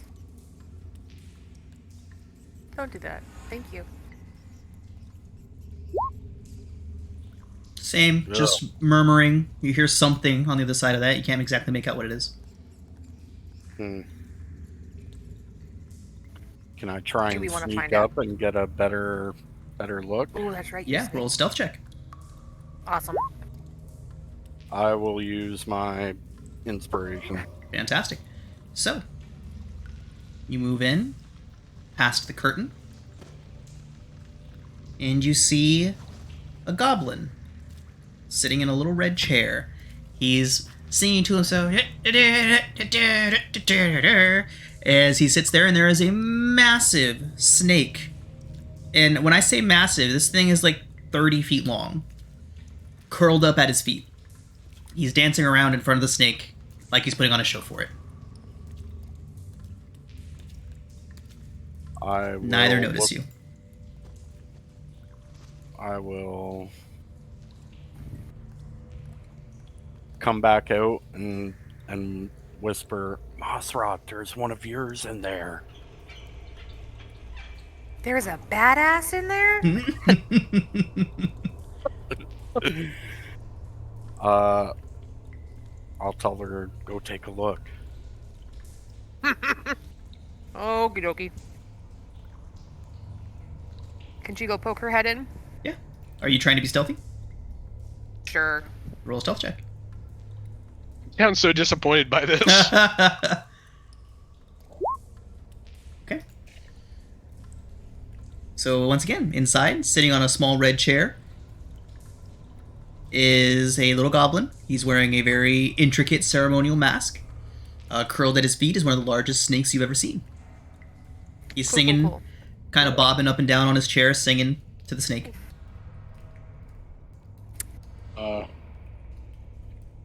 As this is going on, Seaman's just going to dip a hand into the water to collect a handful of it to Okay. toss at himself. To cast the spell Armor of Agathis upon himself. Ooh, nice. Okay, That's the water probably a good call. crystallizes across your body and forms a thin layer of armor. In his case, it looks almost more like the sort of bandages that a mummy would be wrapped in. Nice. Cool. So that gives me at this level 10 temporary hit points. It's probably a good idea because Moss is going to clap for the performance. Okay, so we'll go ahead and say you're right there then. And as you clap, we'll go ahead and move the dynamic lighting barrier so y'all can see what's in there. As you clap, the goblin turns around, looks up, startled at the same time as the snake behind him hisses defensively. There is a hammock in one corner of the room hanging between the wall and a stalagmite, as well as an ornate mask that the goblin is wearing. Is that mask one of the things that the woman was missing? It was stores, supplies, food, things like that that Okay. was supposedly missing. Right. Okay. In heavily accented common, the goblin grins at you toothfully. Oh, hello! I see you found my little home. What can I do for you? The snake kind of slithers around him to kind of put a little bit of itself in front of the goblin and hisses at you, Mossrot. She's going to pet it. Like, pat. Make an animal handling check. Sure. The goblin just smiles at you toothfully as you approach. The snake is a little bit more hesitant. It hisses at you and does a quick snap at you, but it's obviously a stay away snap and not I'm trying to hurt you snap. Right. So Moss is just going to grin back and be like, "Are you the one who's been stealing from the big things up top?" So as the snake snaps at you, the goblin looks back and says, I Snapdragon, we don't know that they're here to hurt us. They could be friends. I don't understand. Steal? What is this steal? I gather the things that I need to survive. I eat the things. I take things. Yes, What is steal? The things belong to other people. Belong? I don't know this word. Favorite. Mossrod's like, "Oh boy, I did not realize I was one of the smartest goblins." She's very proud of herself now. She just was. We are not here to hurt you, but may my friends come inside. Yes, come. please, welcome. He says, I have food to share. And he goes and he pops open a crate of, like, absolutely, like, delicacy status, like cured meats and stuff like that. Mosrat is going to warn him that one of them is big and blind. And that Snapdragon doesn't have to worry. Oh, there's light in here. There's soft candlelight here. We'll just do this. Oh, she still just assumes Sasim can't see. Nice.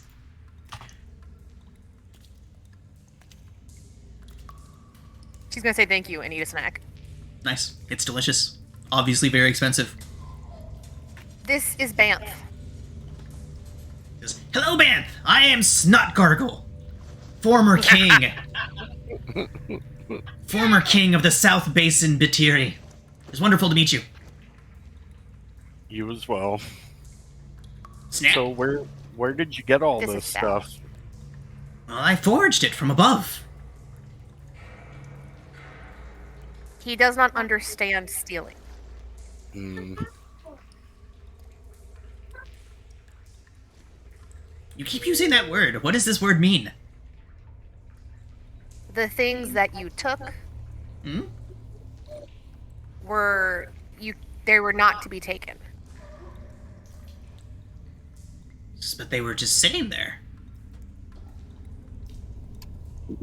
They already belonged to somebody else. Someone else already took them. Oh. They sure did leave them in a weird spot. Just anybody could just walk up and grab them. They had a secured grate that had been loosened.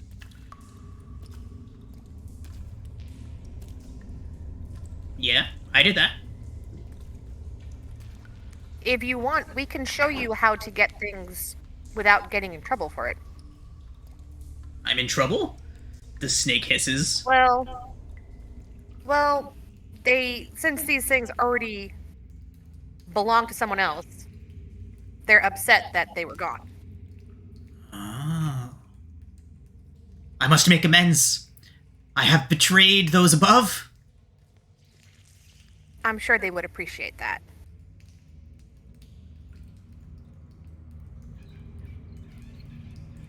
What should Snot Gargle do to make amends? Can you bring some stuff back?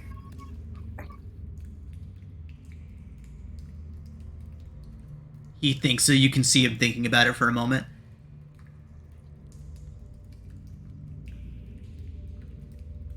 There's plenty of ways for you to earn coin up there, a smart goblin like you. It says, King Goblin. Exactly. I did come here to learn the ways of the surface folk. Perhaps this is a good start?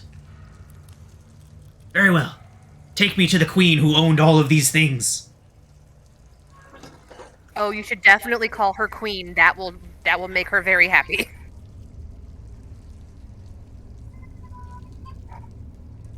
Sorry, 1 second. We gotta go grab a baby. No worries. So, we will assume that you all take Snot Gargle back upstairs, unless anyone else has anything they'd like to add to this. I think Moss has got this handled Okay. perfectly. Alright. So, y'all head back upstairs. Goblin in a mask and enormous snake in tow. And as you present this to Kaya, we'll go ahead and take our break, and we'll finish when we come back. Awesome. Alright, everybody, so we're back. You all have found the culprit of who has been foraging from Kaya's stores. And you all head back up through the sewer. Goblin in mask and enormous snake in tow, and arrive back up above. You're all in the storage cellar once again, except for maybe Asim, who would have needed to take the stairs or the ladder. But yeah, how do you all want to present the situation to Kaya? As a misunderstanding, honestly, Rot would try to appeal to her better nature Okay. that King Snot Gargle did not understand these were things to be purchased, not taken.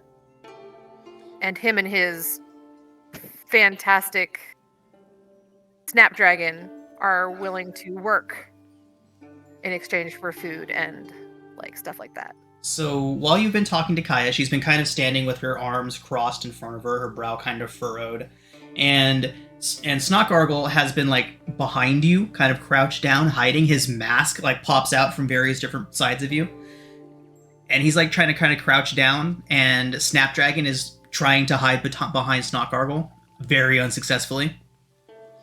And once you finish, Snotgargle pops out from behind Kaya and throws his arms out, throws himself down, and throws himself on Kaya's mercy, saying that he misunderstood the customs of your ways and he is eternally sorry and eternally indebted. All of these things and you all see a bit of a smirk break on Kaya's face after trying to remain stern. And she kind of looks towards all of you and she says, "So, just a misunderstanding then. Perhaps we can find a place for him." And Snotgargle goes on to say that he only wishes to understand and learn of the customs of the big folk of the cities, and Kaya offers to help him do so. She says that she can live and work here at the House of Repose to learn and work, and hopefully not steal anymore. Snapdragon should be a good deterrent from anyone trying to steal your stores. He rears up very proud. Snake does.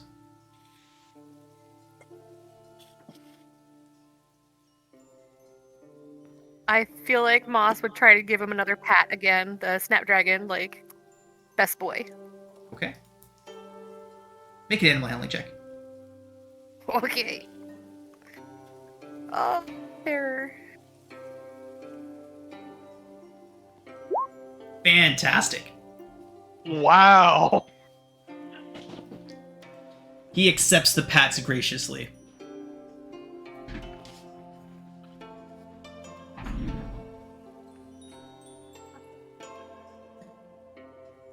You get paid, right? She nods and says, "Absolutely. Not only will you still get paid, but you've also earned your bonus by bringing the culprit to me alive. And I'm quite glad that you did," she would say. So, what'll it be? Would you all like a simple 150 gold, or would you like Kaya to cover the first 30 days of your guide's fee? I feel like the guide's fee would probably be better. Like, what do you guys think? I suspect the guide's fee is going to be far more vital to our respective missions. Yeah. In this Yeah. place. As much as the money'd be nice, I think. Seconded. I Or thirded, agree. I guess.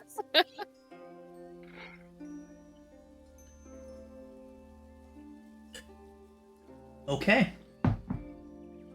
All right, everybody. Kaya says that you are welcome back for a stay and the full package, which includes meal, bath, massages, scented oils, all that good stuff. She will provide one visit on the house next time y'all want to come back.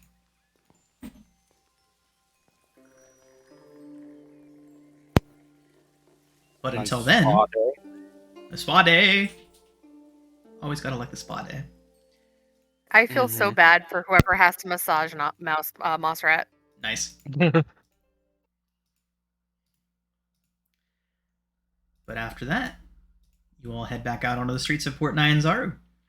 That entire Is it time to go encounter, meet- pretty close. If you took your time and sauntered, you could get to the merchant's ward within right around the same time as sunset. Asim is going to attempt to get into to swap out his clothing for his spare sets because he fell in the sewer water. Ah, nice. clean up somewhat. Didn't we just get like? Oh no! It's when we come back we can get massages and stuff. Yes. Yeah. Correct.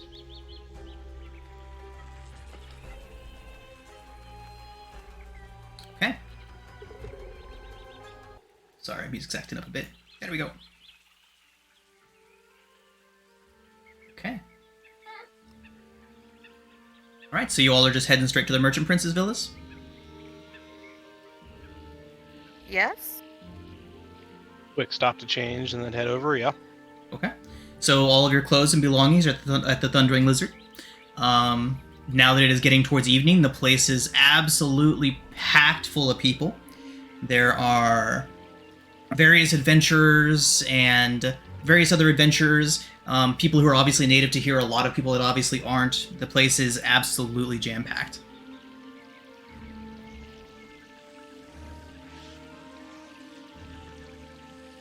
Would only take you a moment to gather your clothes if that's all you want to do here.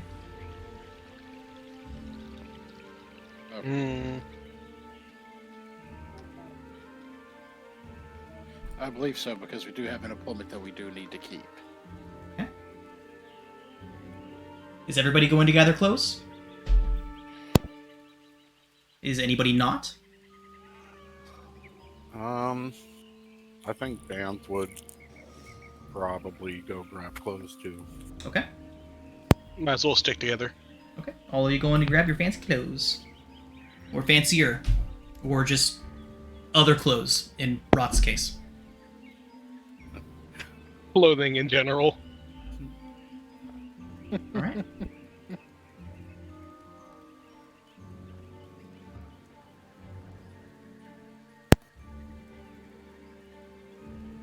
And then we're heading to the meeting. Mm-hmm. I take it? Yeah. Okay. Alright, everybody. Get that out of there.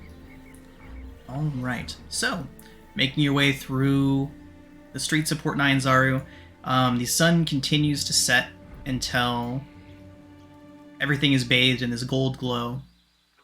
Makes really amazing color patterns off of all of the colored tiles and stained glasses and all these things that make Port Nine Zaru such a very colorful place. As you cross over into the Merchants Districts, you can tell that this place is big fancy, right? All of the money is centralized right in here. You even passed by a place that seemed like it was made of gold. Back over here, you would have seen it up on the hill. That location there. Literally called Golden Throne. You probably would have overheard some people talking about it. It is the seat of government. The merchant princes take audiences there for official business and things like that. But yeah, you would have seen it just beginning to close down, the fires inside beginning to be extinguished as you all made your way past it and towards the Merchant's Ward. As you all approach the Merchant's Ward, you enter into an obvious seat of opulence, right? Each of these houses is an estate unto itself. Each one is very differently decorated, but very clearly, there's a lot of money here, is basically what I'm trying to say, right? There's a lot of money situated right in this central area.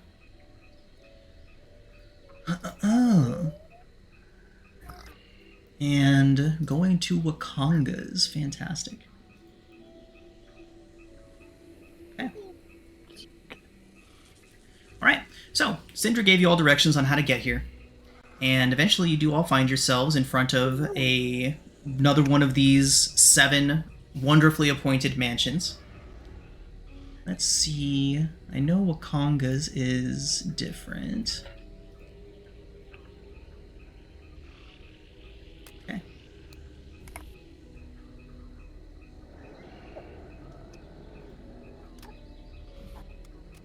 Fantastic. Okay. So, immediately, the first thing that you all notice when you pull up to Wakanga's is that all of the torches in front of his home float. None of them are in any sconces or anything like that. They're all just hovering just a few feet off the ground, providing a light. None of the other merchant princes have this sort of decoration in front of their houses. And the individuals guarding the front gates, as you approach, you notice very quickly that they're suits of elaborate bone armor with nobody in them. Dinosaur bones, some other questionable bones as well, but all of the armor is made up of various types of bone, and they are completely empty. There is no inhabitant inside of the armor. As you approach the gate, two of these bone guards look towards you, and they both up their spears, and one of them even reaches out and opens the door for you and gestures you all inside. Wonderful service here. Yeah, no kidding. Going in. Mm-hmm. We going in, guys? Yes. Might as well. Team does pause for a moment to look at the skeletal guards and the like, just because. Well, important note: the guards themselves aren't skeletal. It's not like these are undead things. They're armor. They're animated armor, right? Animated suits of armor. Yeah, that's what I mean. And it's Okay.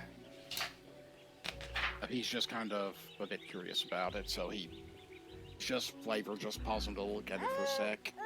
Okay. Yeah. You've seen things like this, Asim. You've seen plate armor animated in this way before. Never anything quite like this, but you've definitely seen something similar.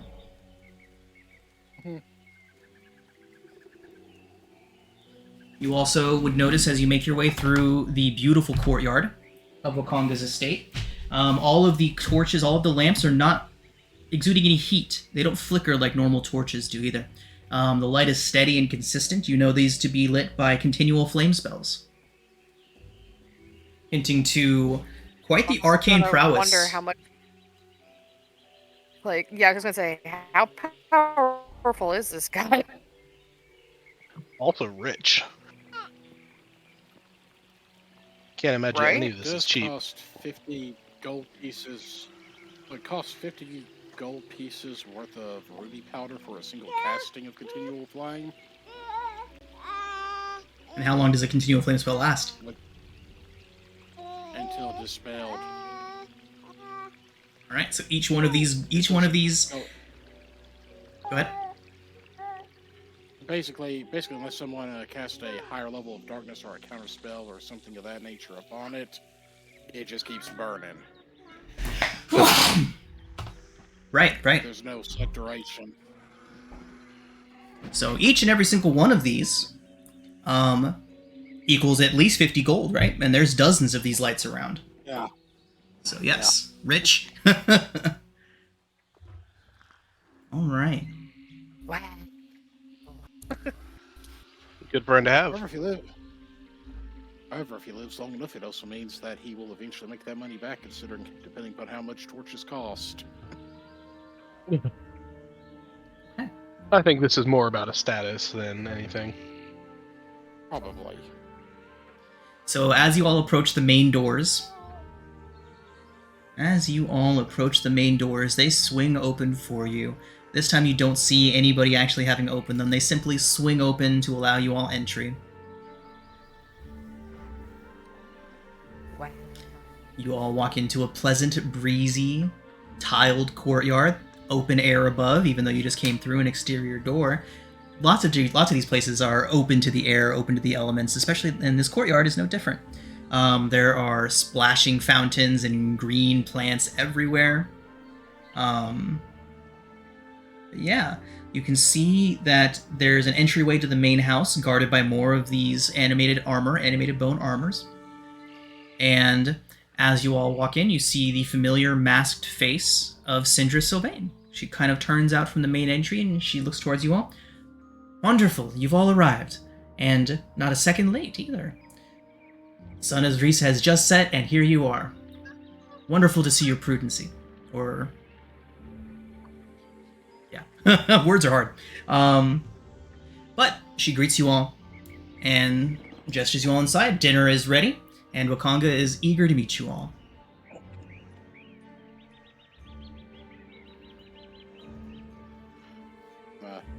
Seem is going to going to sit down and just look and see what, just kind of look around the place and see what he can see. Fantastic. When There is a lot of arcane heraldry. It's very much like I'm a wizard. You know? Like all of the art, all of the hangings, all of the decorations just scream that. Is there any more specific information I could get with an Arcana check, perhaps? Sure. Don't have too much in it, but I do have proficiency, so I do go at least +2. So let's see what it does. Okay. Not much. There's a lot of things on display. You recognize a few of them as relatively powerful magic items. Some of them are locked up, some of them are on display, but you do catch a glimpse of a few of those. Nothing specific, though. In contrast, Mossrot has sat down and tied the tablecloth around her neck like a napkin. Nice. So Wakanga sits across the table from you all as you all enter. He says, "Welcome, welcome! It is wonderful to have you all in my home. Sindra has told me so much about all of you. It is wonderful to have you here, and equally wonderful that you've come on such a noble mission." And see, he kind of fawns over Sindra. He's obviously kind of enamored with her. Speaks very, very highly of her. And so he says, "So, what have you learned?" You have dinosaurs in the sewer. He looks to Sindra. Looks back towards you. Yes. I will admit that a lot of what we have done since arriving here has been trying to gather our bearings at this place, as well as pursuing a few lines of inquiry as far as to make sure that we have the proper funding for expeditions into Chult to try to put an end to this plague that's afflicting so many in Faerun. Indeed, indeed. Wise decision indeed, acquainting yourself with your surroundings before venturing out. Well, I may be able to help with some of your preparations. Sindra has told me that you all seek a guide.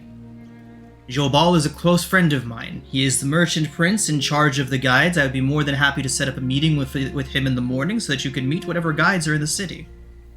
Some are better than others, but ultimately it is your choice on which one you wish to take with you into the wild. Is this an area in which you have any expertise being a native of this area? I know the jungles, yes. Are there any guides that you personally would either recommend or advise us to steer clear of? It is against custom to speak ill of any of the guides, any of the ones who risk their lives to take others out into the jungle. While there are some that I would sooner trust myself with, it is ultimately up to you to decide. I cannot guide you one way or another. Understood. I can tell you this. Stay with those that have registered with Jobal. You will certainly come across some that are unregistered. I can tell you, those that do not wish to be a part of the community do not deserve your patronage. Cool. Regardless of how inexpensive they may be.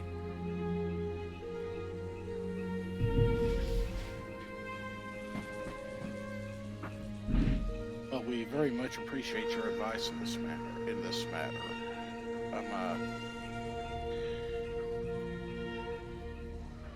I know that for the most part that this region is essentially unknown. Yes, much is unexplored. Are there any particular areas that you think could be of interest or that should be avoided? He nods and says, "Well, Sindra tells me that she has gifted you all a rather special map. May I see it?" Seem pulls it, takes off his satchel and pulls it out and spreads it on the table. Okay. So, he would tell you.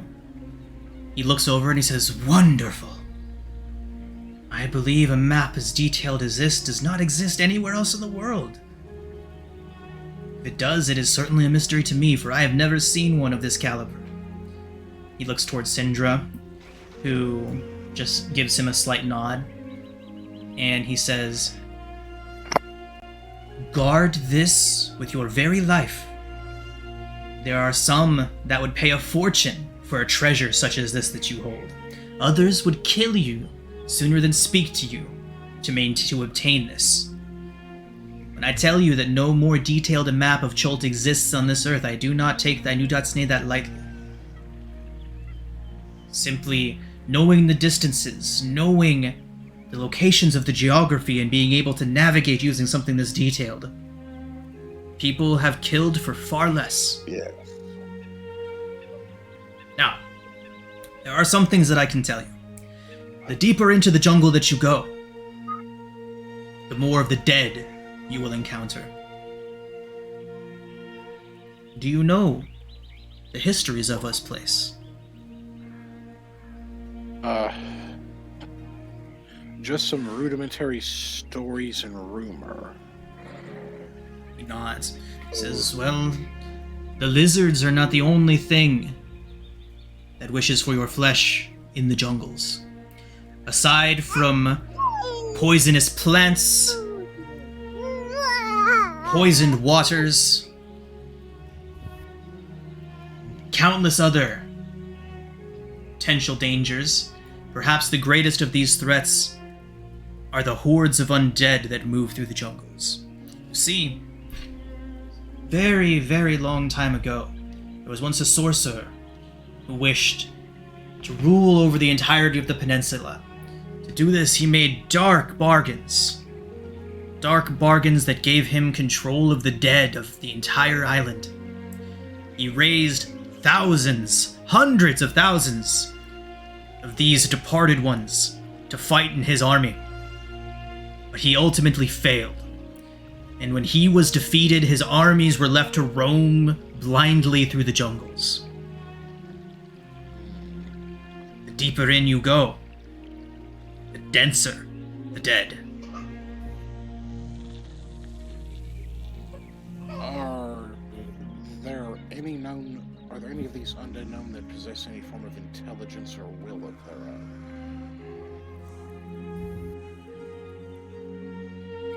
Roll a D100 for me.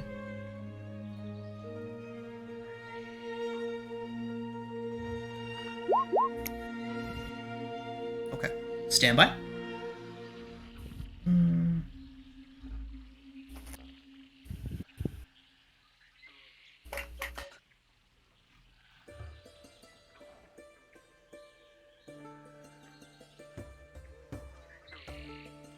So, Wakanga does not know of anything that matches that. He says that the great sorcerer who commanded these creatures was, like you say, a thinking, planning creature of death. But as far as he knows, none of his minions have risen to that level of sentience. That is at least one good thing, because as deadly as the undead are, it's whenever there's a force of will and intelligence behind them where they become truly terror. Well, Right. to say that terror turns into something far greater. Now that we're on this map, I forgot to do something. There you are.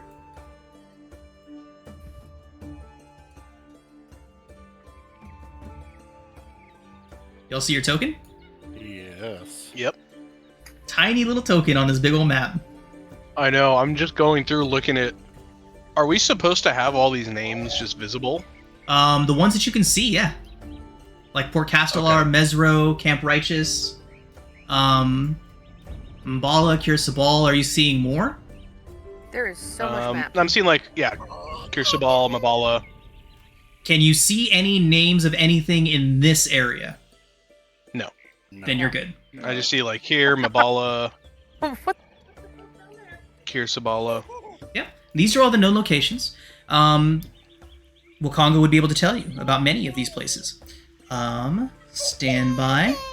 You can point to any of them and he'd be able to tell you about them. Which ones do you want to know about? Those are the places that have been reached and explored, and people kind of generally know about them. What's with this skull and crossbones here? That is a known concentration of undead. I see. If there was So that- one place, sorry. I say, so that's a place that we should maybe not run straight to. And the potential pickaxes and shovel symbols. Mines. Okay. The dwarves of Chult have extensive mining systems running through the mountains. I see.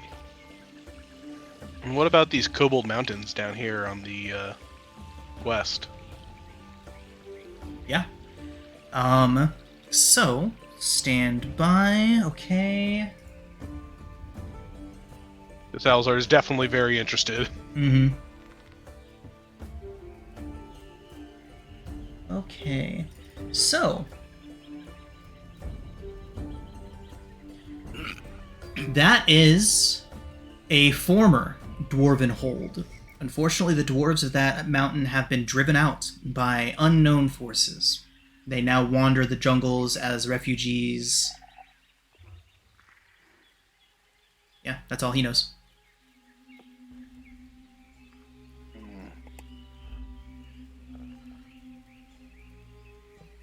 I think maybe our best bet might be to pick something here as a goal, so we can start planning about our first little trip out. Where would you recommend that we focus our attention on? Well, he says that he's not sure. There are several people in the city that may be able to provide some guidance. Perhaps the Temple of Savras might be able to provide some insight. His god is the god of seeing and foretelling. That might be some place to look. Wakanga himself doesn't know. He's as in the dark as what the source could be as anyone. However, there's a few things that he can say. He would tell you all that the Flaming Fist operates heavily in the jungles. They go out searching for treasure and trying to basically gather as much wealth to themselves as they can. They operate out of Fort Belurian up here. He says that they have made a deal with several of the other merchant princes. He's not exactly approving of this. However, they have made the deal, and this is the law. They have the right to 50% of all treasure that is brought out of the jungle that is intended to be shipped back north. And since there's no way of telling what is intended to be shipped north and what is not, they lay this claim to all treasure that is brought from the jungle. In order to facilitate this legally, they require you to obtain something called a Charter of Exploration. Any individual who is caught by a Flaming Fist patrol in the jungle, in anywhere, with treasure from the jungle that does not have a Charter of Exploration, all of their goods are confiscated. And again, that's all of your stuff. They say that they do not differentiate from the weapons that you're wearing and the weapons you might have found in the jungle.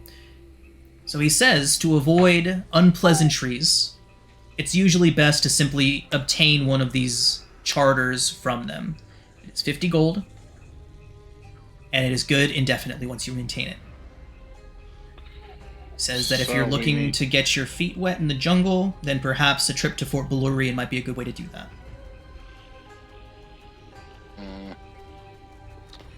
I'm not too keen about they're going to take half of what we find. Well, that is a bridge to cross when we come to it, depending upon what it is. Syndra would kind of put in that you wouldn't be the first ones to simply chance it out there. That being said, at least having said charter might prevent at least initial difficulties till we depart this land.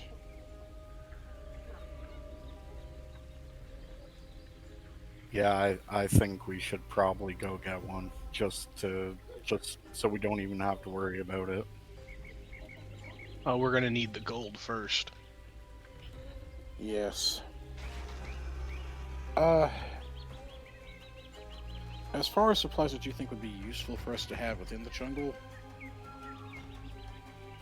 Wakonga would say there are some basics. He would say a water catcher, so that you can remain hydrated.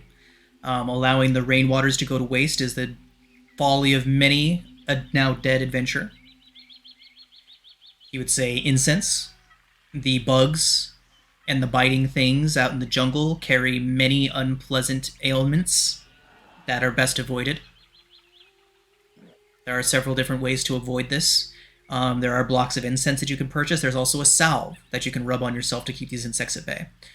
Entering the jungle with neither is a death sentence. You need a slow and unpleasant one at that.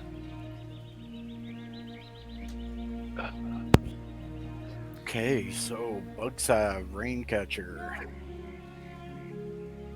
You would say that if it depends on how you intend to traverse the jungle. If you head south, then the River Soshin Star and the River Tiraki are both common ways to get deep into the jungle without having to trudge through the brush, in which case you would need a canoe. You can rent them or purchase them from the Red Market.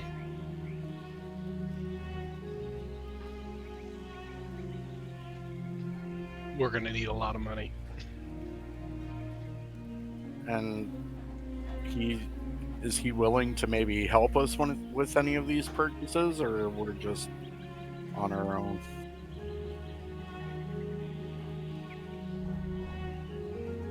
He would say that if you intend to do any exploring, if you're willing to cut him in on half of any treasure that you find, then he would bankroll you for your first venture out. In other words, we'll say that he's willing to give you, we'll call it 100 gold between all of you. In exchange, he wants a cut, a honest percentage of whatever treasure you bring back on your next return to Port Nyanzaru. I mean, that sounds like a fair deal. But So- now we're talking half of whatever Yeah. we find.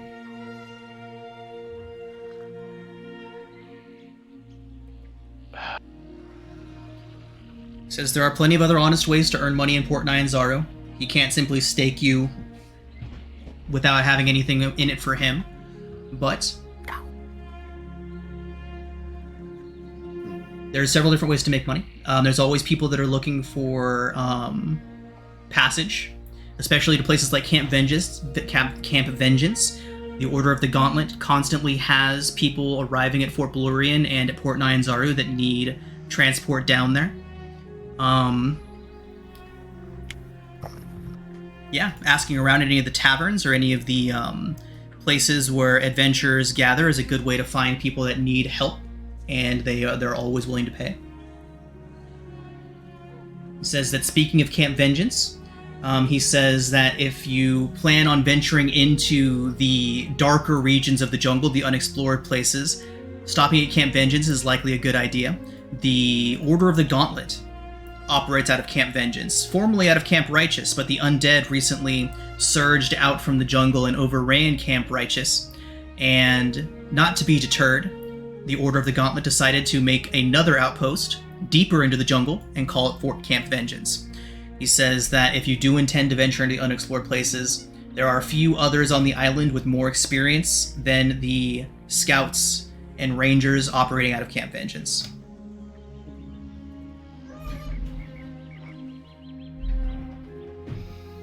Well, it sounds like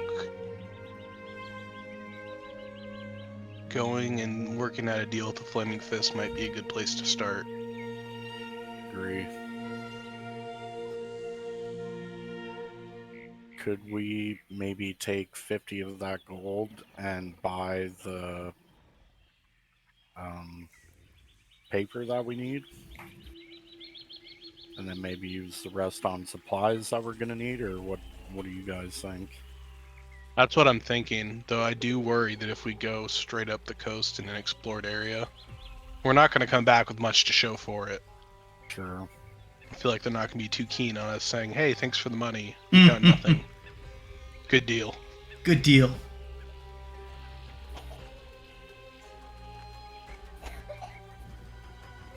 Well, Maybe we could work out a deal with some people heading to the fort. Help them reach there safely to earn our way over there. And we would just have to come up with the money ourselves. well, though of course if it's just escorting people to and fro, that's not actually issuing into the jungle to claim stuff to travel north, I don't think. Yeah, this Do wouldn't the be taking their Flaming- deal. Question: would the Flaming Fist assume that if we're escorting people, that we are also trying to take treasures that are theirs from the jungle? That would be up to the honesty of the people you're traveling with. Ah, So, hearing you all talk about this, hearing you all talk about this and asking about money and all of these things, Syndra does kind of begin to kind of talk up Wakanga and almost flirt with him a little bit, and you can see Wakanga beginning to soften, and then Syndra says, isn't there anything that they can help you with that would be worth some of your vast stores of wealth? At this point, Wakanga, obviously enamored with Syndra, he would say that there is something. And he looks towards Syndra. Are you sure that they're up to this task? Many have already died attempting to do this for me. I thought to find some more experienced individuals to track this down for me. And he says, very well. He says that he tracked down a journal some time ago. This journal describes a wizard's exploration in various places of Chult. The unnamed author does, however, make many mentions of his only traveling companion, a shield guardian named Vorn. As he's very much wanted a shield guardian. Never been able to acquire one. He can show you the last place that this explorer, this wizard, was found, where he found the journal. He warns that it is not in known jungle. He says that if you give him his word that you will track this down and at least attempt to find Vorn, that he will give you 200 gold now, to split between the four of you, and another 500 when you return to him, if you return to him with the Guardian. Damn. Now that's a deal I think we can take. Yeah, that's a lot of money. Now they understand that it might be a little bit before we get to that. If our first point of business is going to get this charter of exploration, that's taking us the opposite direction. He very much understands that, and says that if Syndra has faith in you all achieving this goal for him, then so does he. Can he show us on the map where this spot is? Can.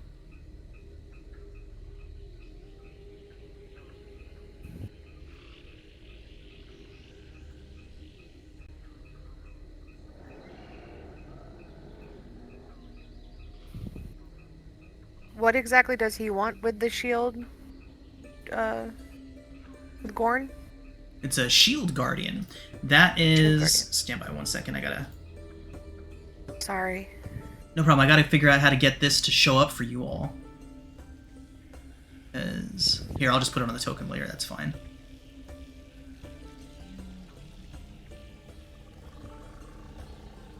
Hopefully it's on the right layer. Vorn. Hey, Vorn. There it is. See it.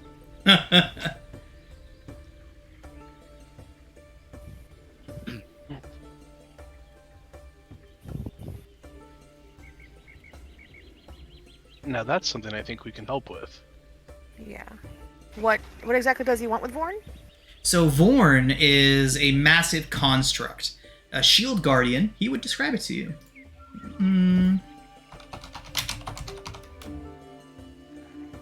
This is a shield guardian. Ooh.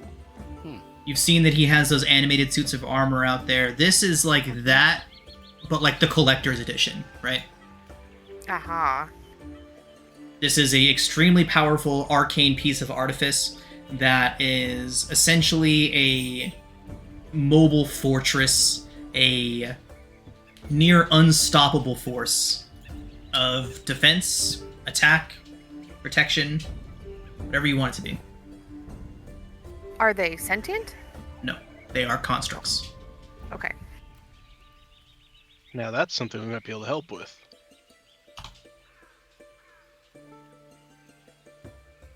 We could take the river down.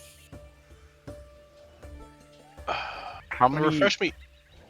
How big is one of these tiles? Yeah, that's 10 miles. Each tile is 10 miles. It takes 1 day in the jungle to traverse one tile. On the river, obviously, you move much faster, but as soon as you're off the river and in the jungle, one tile is 1 day of travel.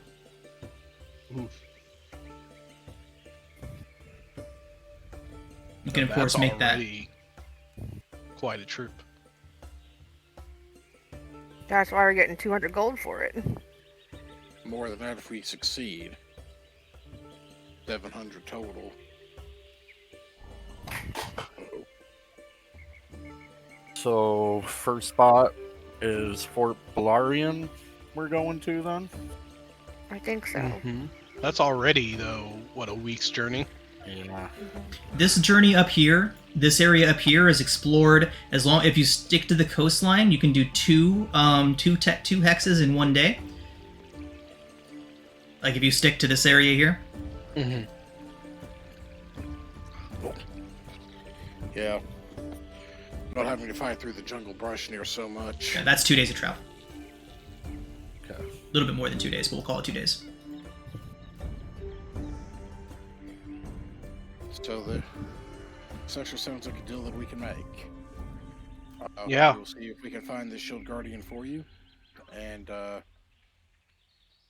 hopefully the next time once we depart, next time we're back in town, we will have this construct in tow.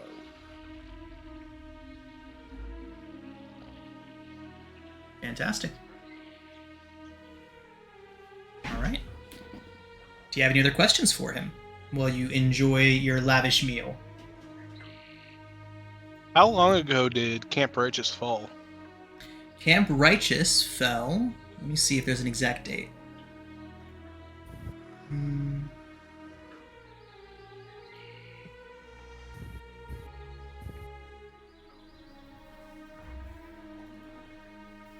Camp Righteous.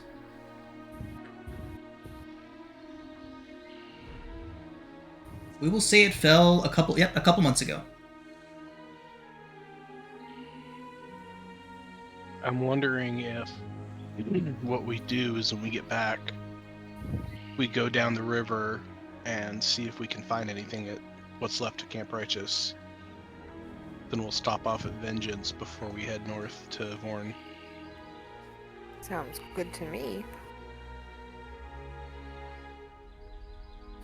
Rot will just agree with all of you. She's like, yep, this sounds good. Pass that bowl of peas. It floats over to you. She loves it here. Can she just stay?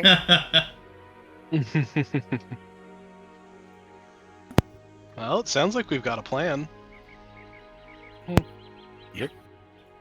Wakanga would go on to say that there are more guides that operate out of Fort Balurian.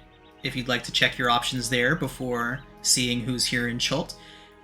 He says that the coastline is relatively safe. You shouldn't need a guide to go from here to Fort Balurian, as long as you don't intend to venture into the jungle itself. I was thinking we'd pick a guide up when we left to Back go for for her. a big trip. Yeah. Yeah. We do still have the free guide for a month. You do. 30 days worth of guiding. That should be enough to get us to Vornen back. That sounds right. Yeah. Word. I'm so excited. I'm sorry. The jungle is just so cool.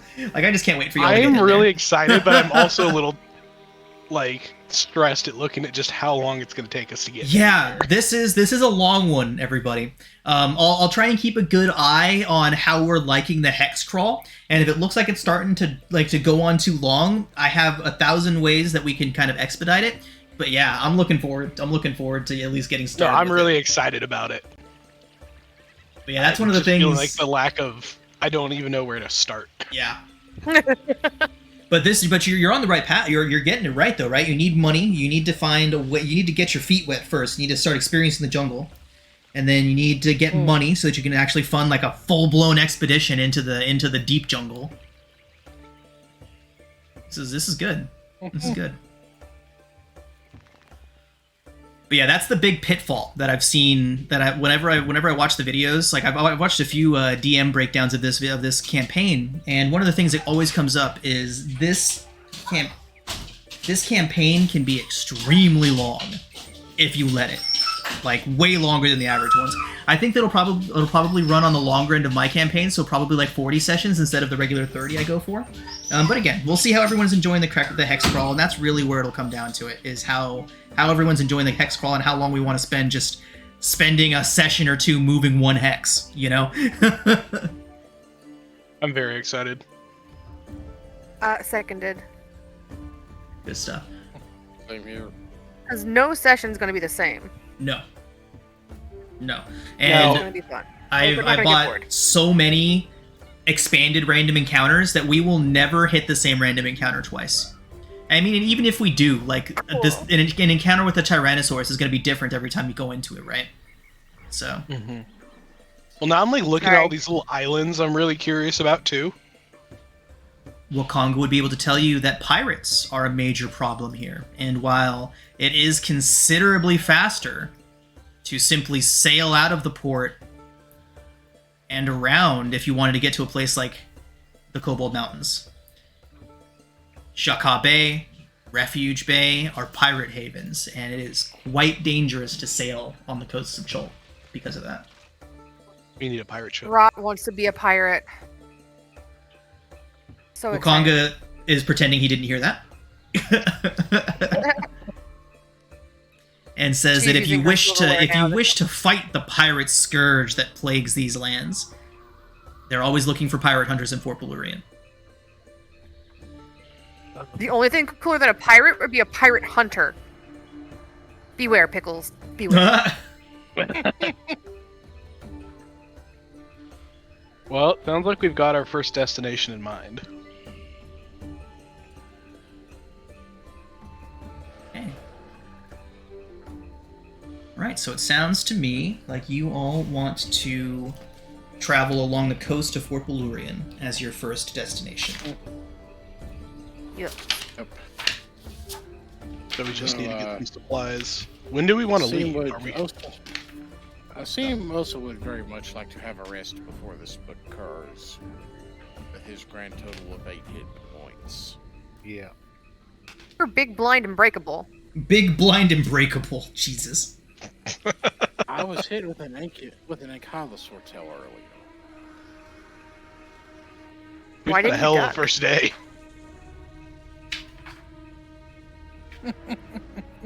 Well, do we take tomorrow to get supplies and plan, and the day after we can set off? Maybe gather some information about this fort on the way? Yes. Sounds like Yeah. a good idea. Rot just assumes everyone else knows what they're doing and what they're talking about, so she disagrees. Eh. Nice. She has no idea what she's doing. Okay.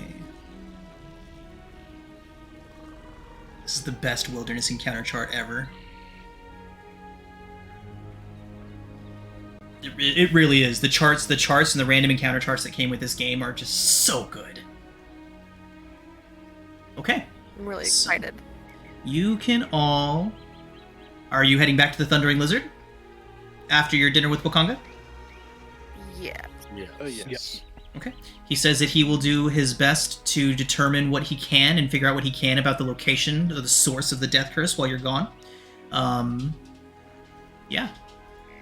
He will do what he can and learn what he can in the meantime. So, when you all get back to the Thundering Lizard, the city is still alive and vibrant. You probably only spent about, 2.5, 3 hours there, so it's no later than 9 o'clock in the evening. The city is still very much alive and kicking. Lots of different establishments. The Thundering Lizard is poppin'. There are way more people here than you've seen it previously. Loads of people drinking, adventurers, workers, dock workers. Everybody is here having a good time. People are spilled out onto the street. Awesome. Yeah. Mingle and hang out for a bit before bed. Party. Party! Party goblin!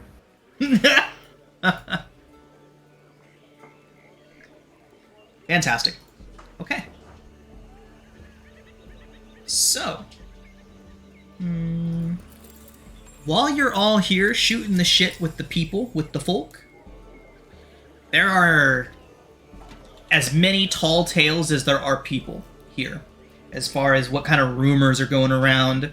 One person tells of a 40-foot tall undead giant that was eating people's heads. Everyone laughs when he says this. Obviously untrue, right? Right. Honestly, I wouldn't be surprised if it was true. Another one is telling stories of a pyramid of pure gold that he stumbled across in the mountains. But before he could reach it, before he could climb its steps and chip away a piece of its brilliance, he woke up miles away and with no recollection of how he got there. As these tall tales go around, anyone that would like to can make an insight check to see which one of these might hold some shred of truth. Insight check. Insight, I'll try that. Anybody that gets higher than a 15 on their insight check can roll a d100. Or 15 or higher. Didn't get higher. 15 or higher. Oh. Cool. My insight is terrible. You see, I've been beat up too much. 86. Salazar? Yeah. 1 second here.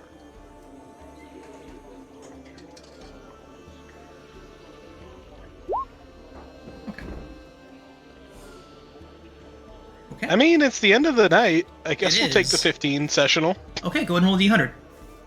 Yeah. 42.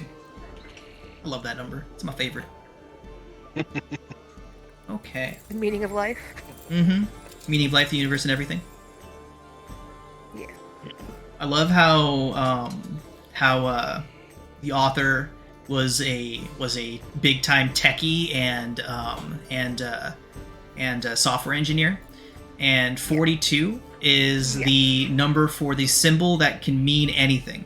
So it's the symbol that gets put down if the writer of that code says that you can put whatever you want to here. So the meaning of life is whatever you want it to be. I love that. I did not know that. I know, I love that. It's my favorite. Yep. Like, Austin, did you know that my number from UFO is 42? No, Yeah. No. when I was on the UFO team, way back in the olden days. Yeah, that was my number. But 86. So, Mosrod, you see a old, like, how the fuck is this man still alive goblin sitting near the back corner. And He's sitting there drinking his drink, and he's kind of doing the thing where he'll talk to anybody that comes close enough to him. He's like, back when I used to travel in the wilds. He's one of those kind of guys. But he tells you, did you know, young goblin, that the great god Ubtao once guided the people of Jolt? Be he tired of their constant warring and abandoned them. Since then, Joltans have turned to the worship of other gods, some of which were tricksters and deceivers. You're not a trickster or a deceiver, are you? No. That's good. She definitely might be. He doesn't notice. He's too gone. All right, and so that's what you learn. Oogtolt? Ubtao, the great god Ubtao. Ubtao. Thank Ubtao. you. Ubtao. And Salazar, you got a 42.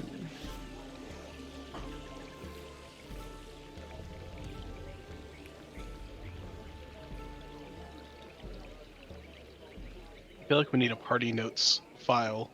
You want one? Make one real quick. Man, we need Mel to take our notes. I know. I don't want to be responsible for updating it, but like I think we need to. All players can be edited by all players. Let's get a Would you like to be our note taker? No, is your name Hank? No, ma'am. Oh, beautiful. There you go. Oh God. Somebody spilled a little something. So, with a 42, you see an old dwarven man sitting in the corner. You hear him talking about the mountains, and you think that he might have been talking about the Kobold Mountains. He's talking about a mountain where the dwarves were driven away, where they were pushed out of their mines and sent packing. Except, he is not speaking of that particular mine. As you approach him and kind of ask if he's talking about the Kobold, he's asking if you're talking about the Kobold Mountains, and he says that while he's not talking about the... I'm sorry, I messed up. He is talking about the Kobold Mountains. He is talking about a mine there, Wormheart Mine. He's talking about how his people are determined to reclaim the mine, but a red dragon has driven them out. He hasn't seen one of those. This movie. He hasn't seen one in a long time, but all the people coming out of that mine say that that's where they were driven out of. He says it's bad luck too because more of his people were recently driven out of Hrakamar. Except this one was not a dragon. People don't like to talk about what drove them out of there. What was the mine they were driven out of by the dragon? If you were to question, he would give you a description of a mine to the south of the Kobold Mountains. And, with your handy-dandy map, which I'm sure you're not telling him that you possess, Of course not. you would be able to deduce that it is... here. Wormheart mine. Wormheart Mine. And which was the other one? Rockhamar. A dwarven city. Oh, you can't see that thing. A dwarven city, overrun, the people displaced. A dwarven mine, overrun by something else, a red dragon.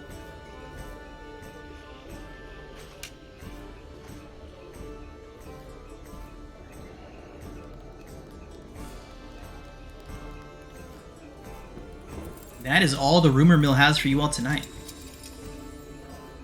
Don't mind me sitting here typing up notes. Oh, okay.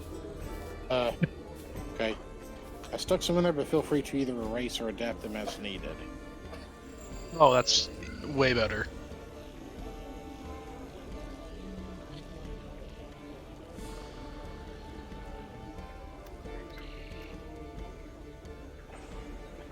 Nice, cool. All right, everybody. You can go ahead and take your long rest.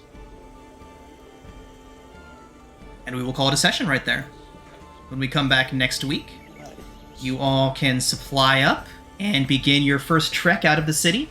The hopefully relatively safe trek along the beach, along the coastline to Fort Belurian.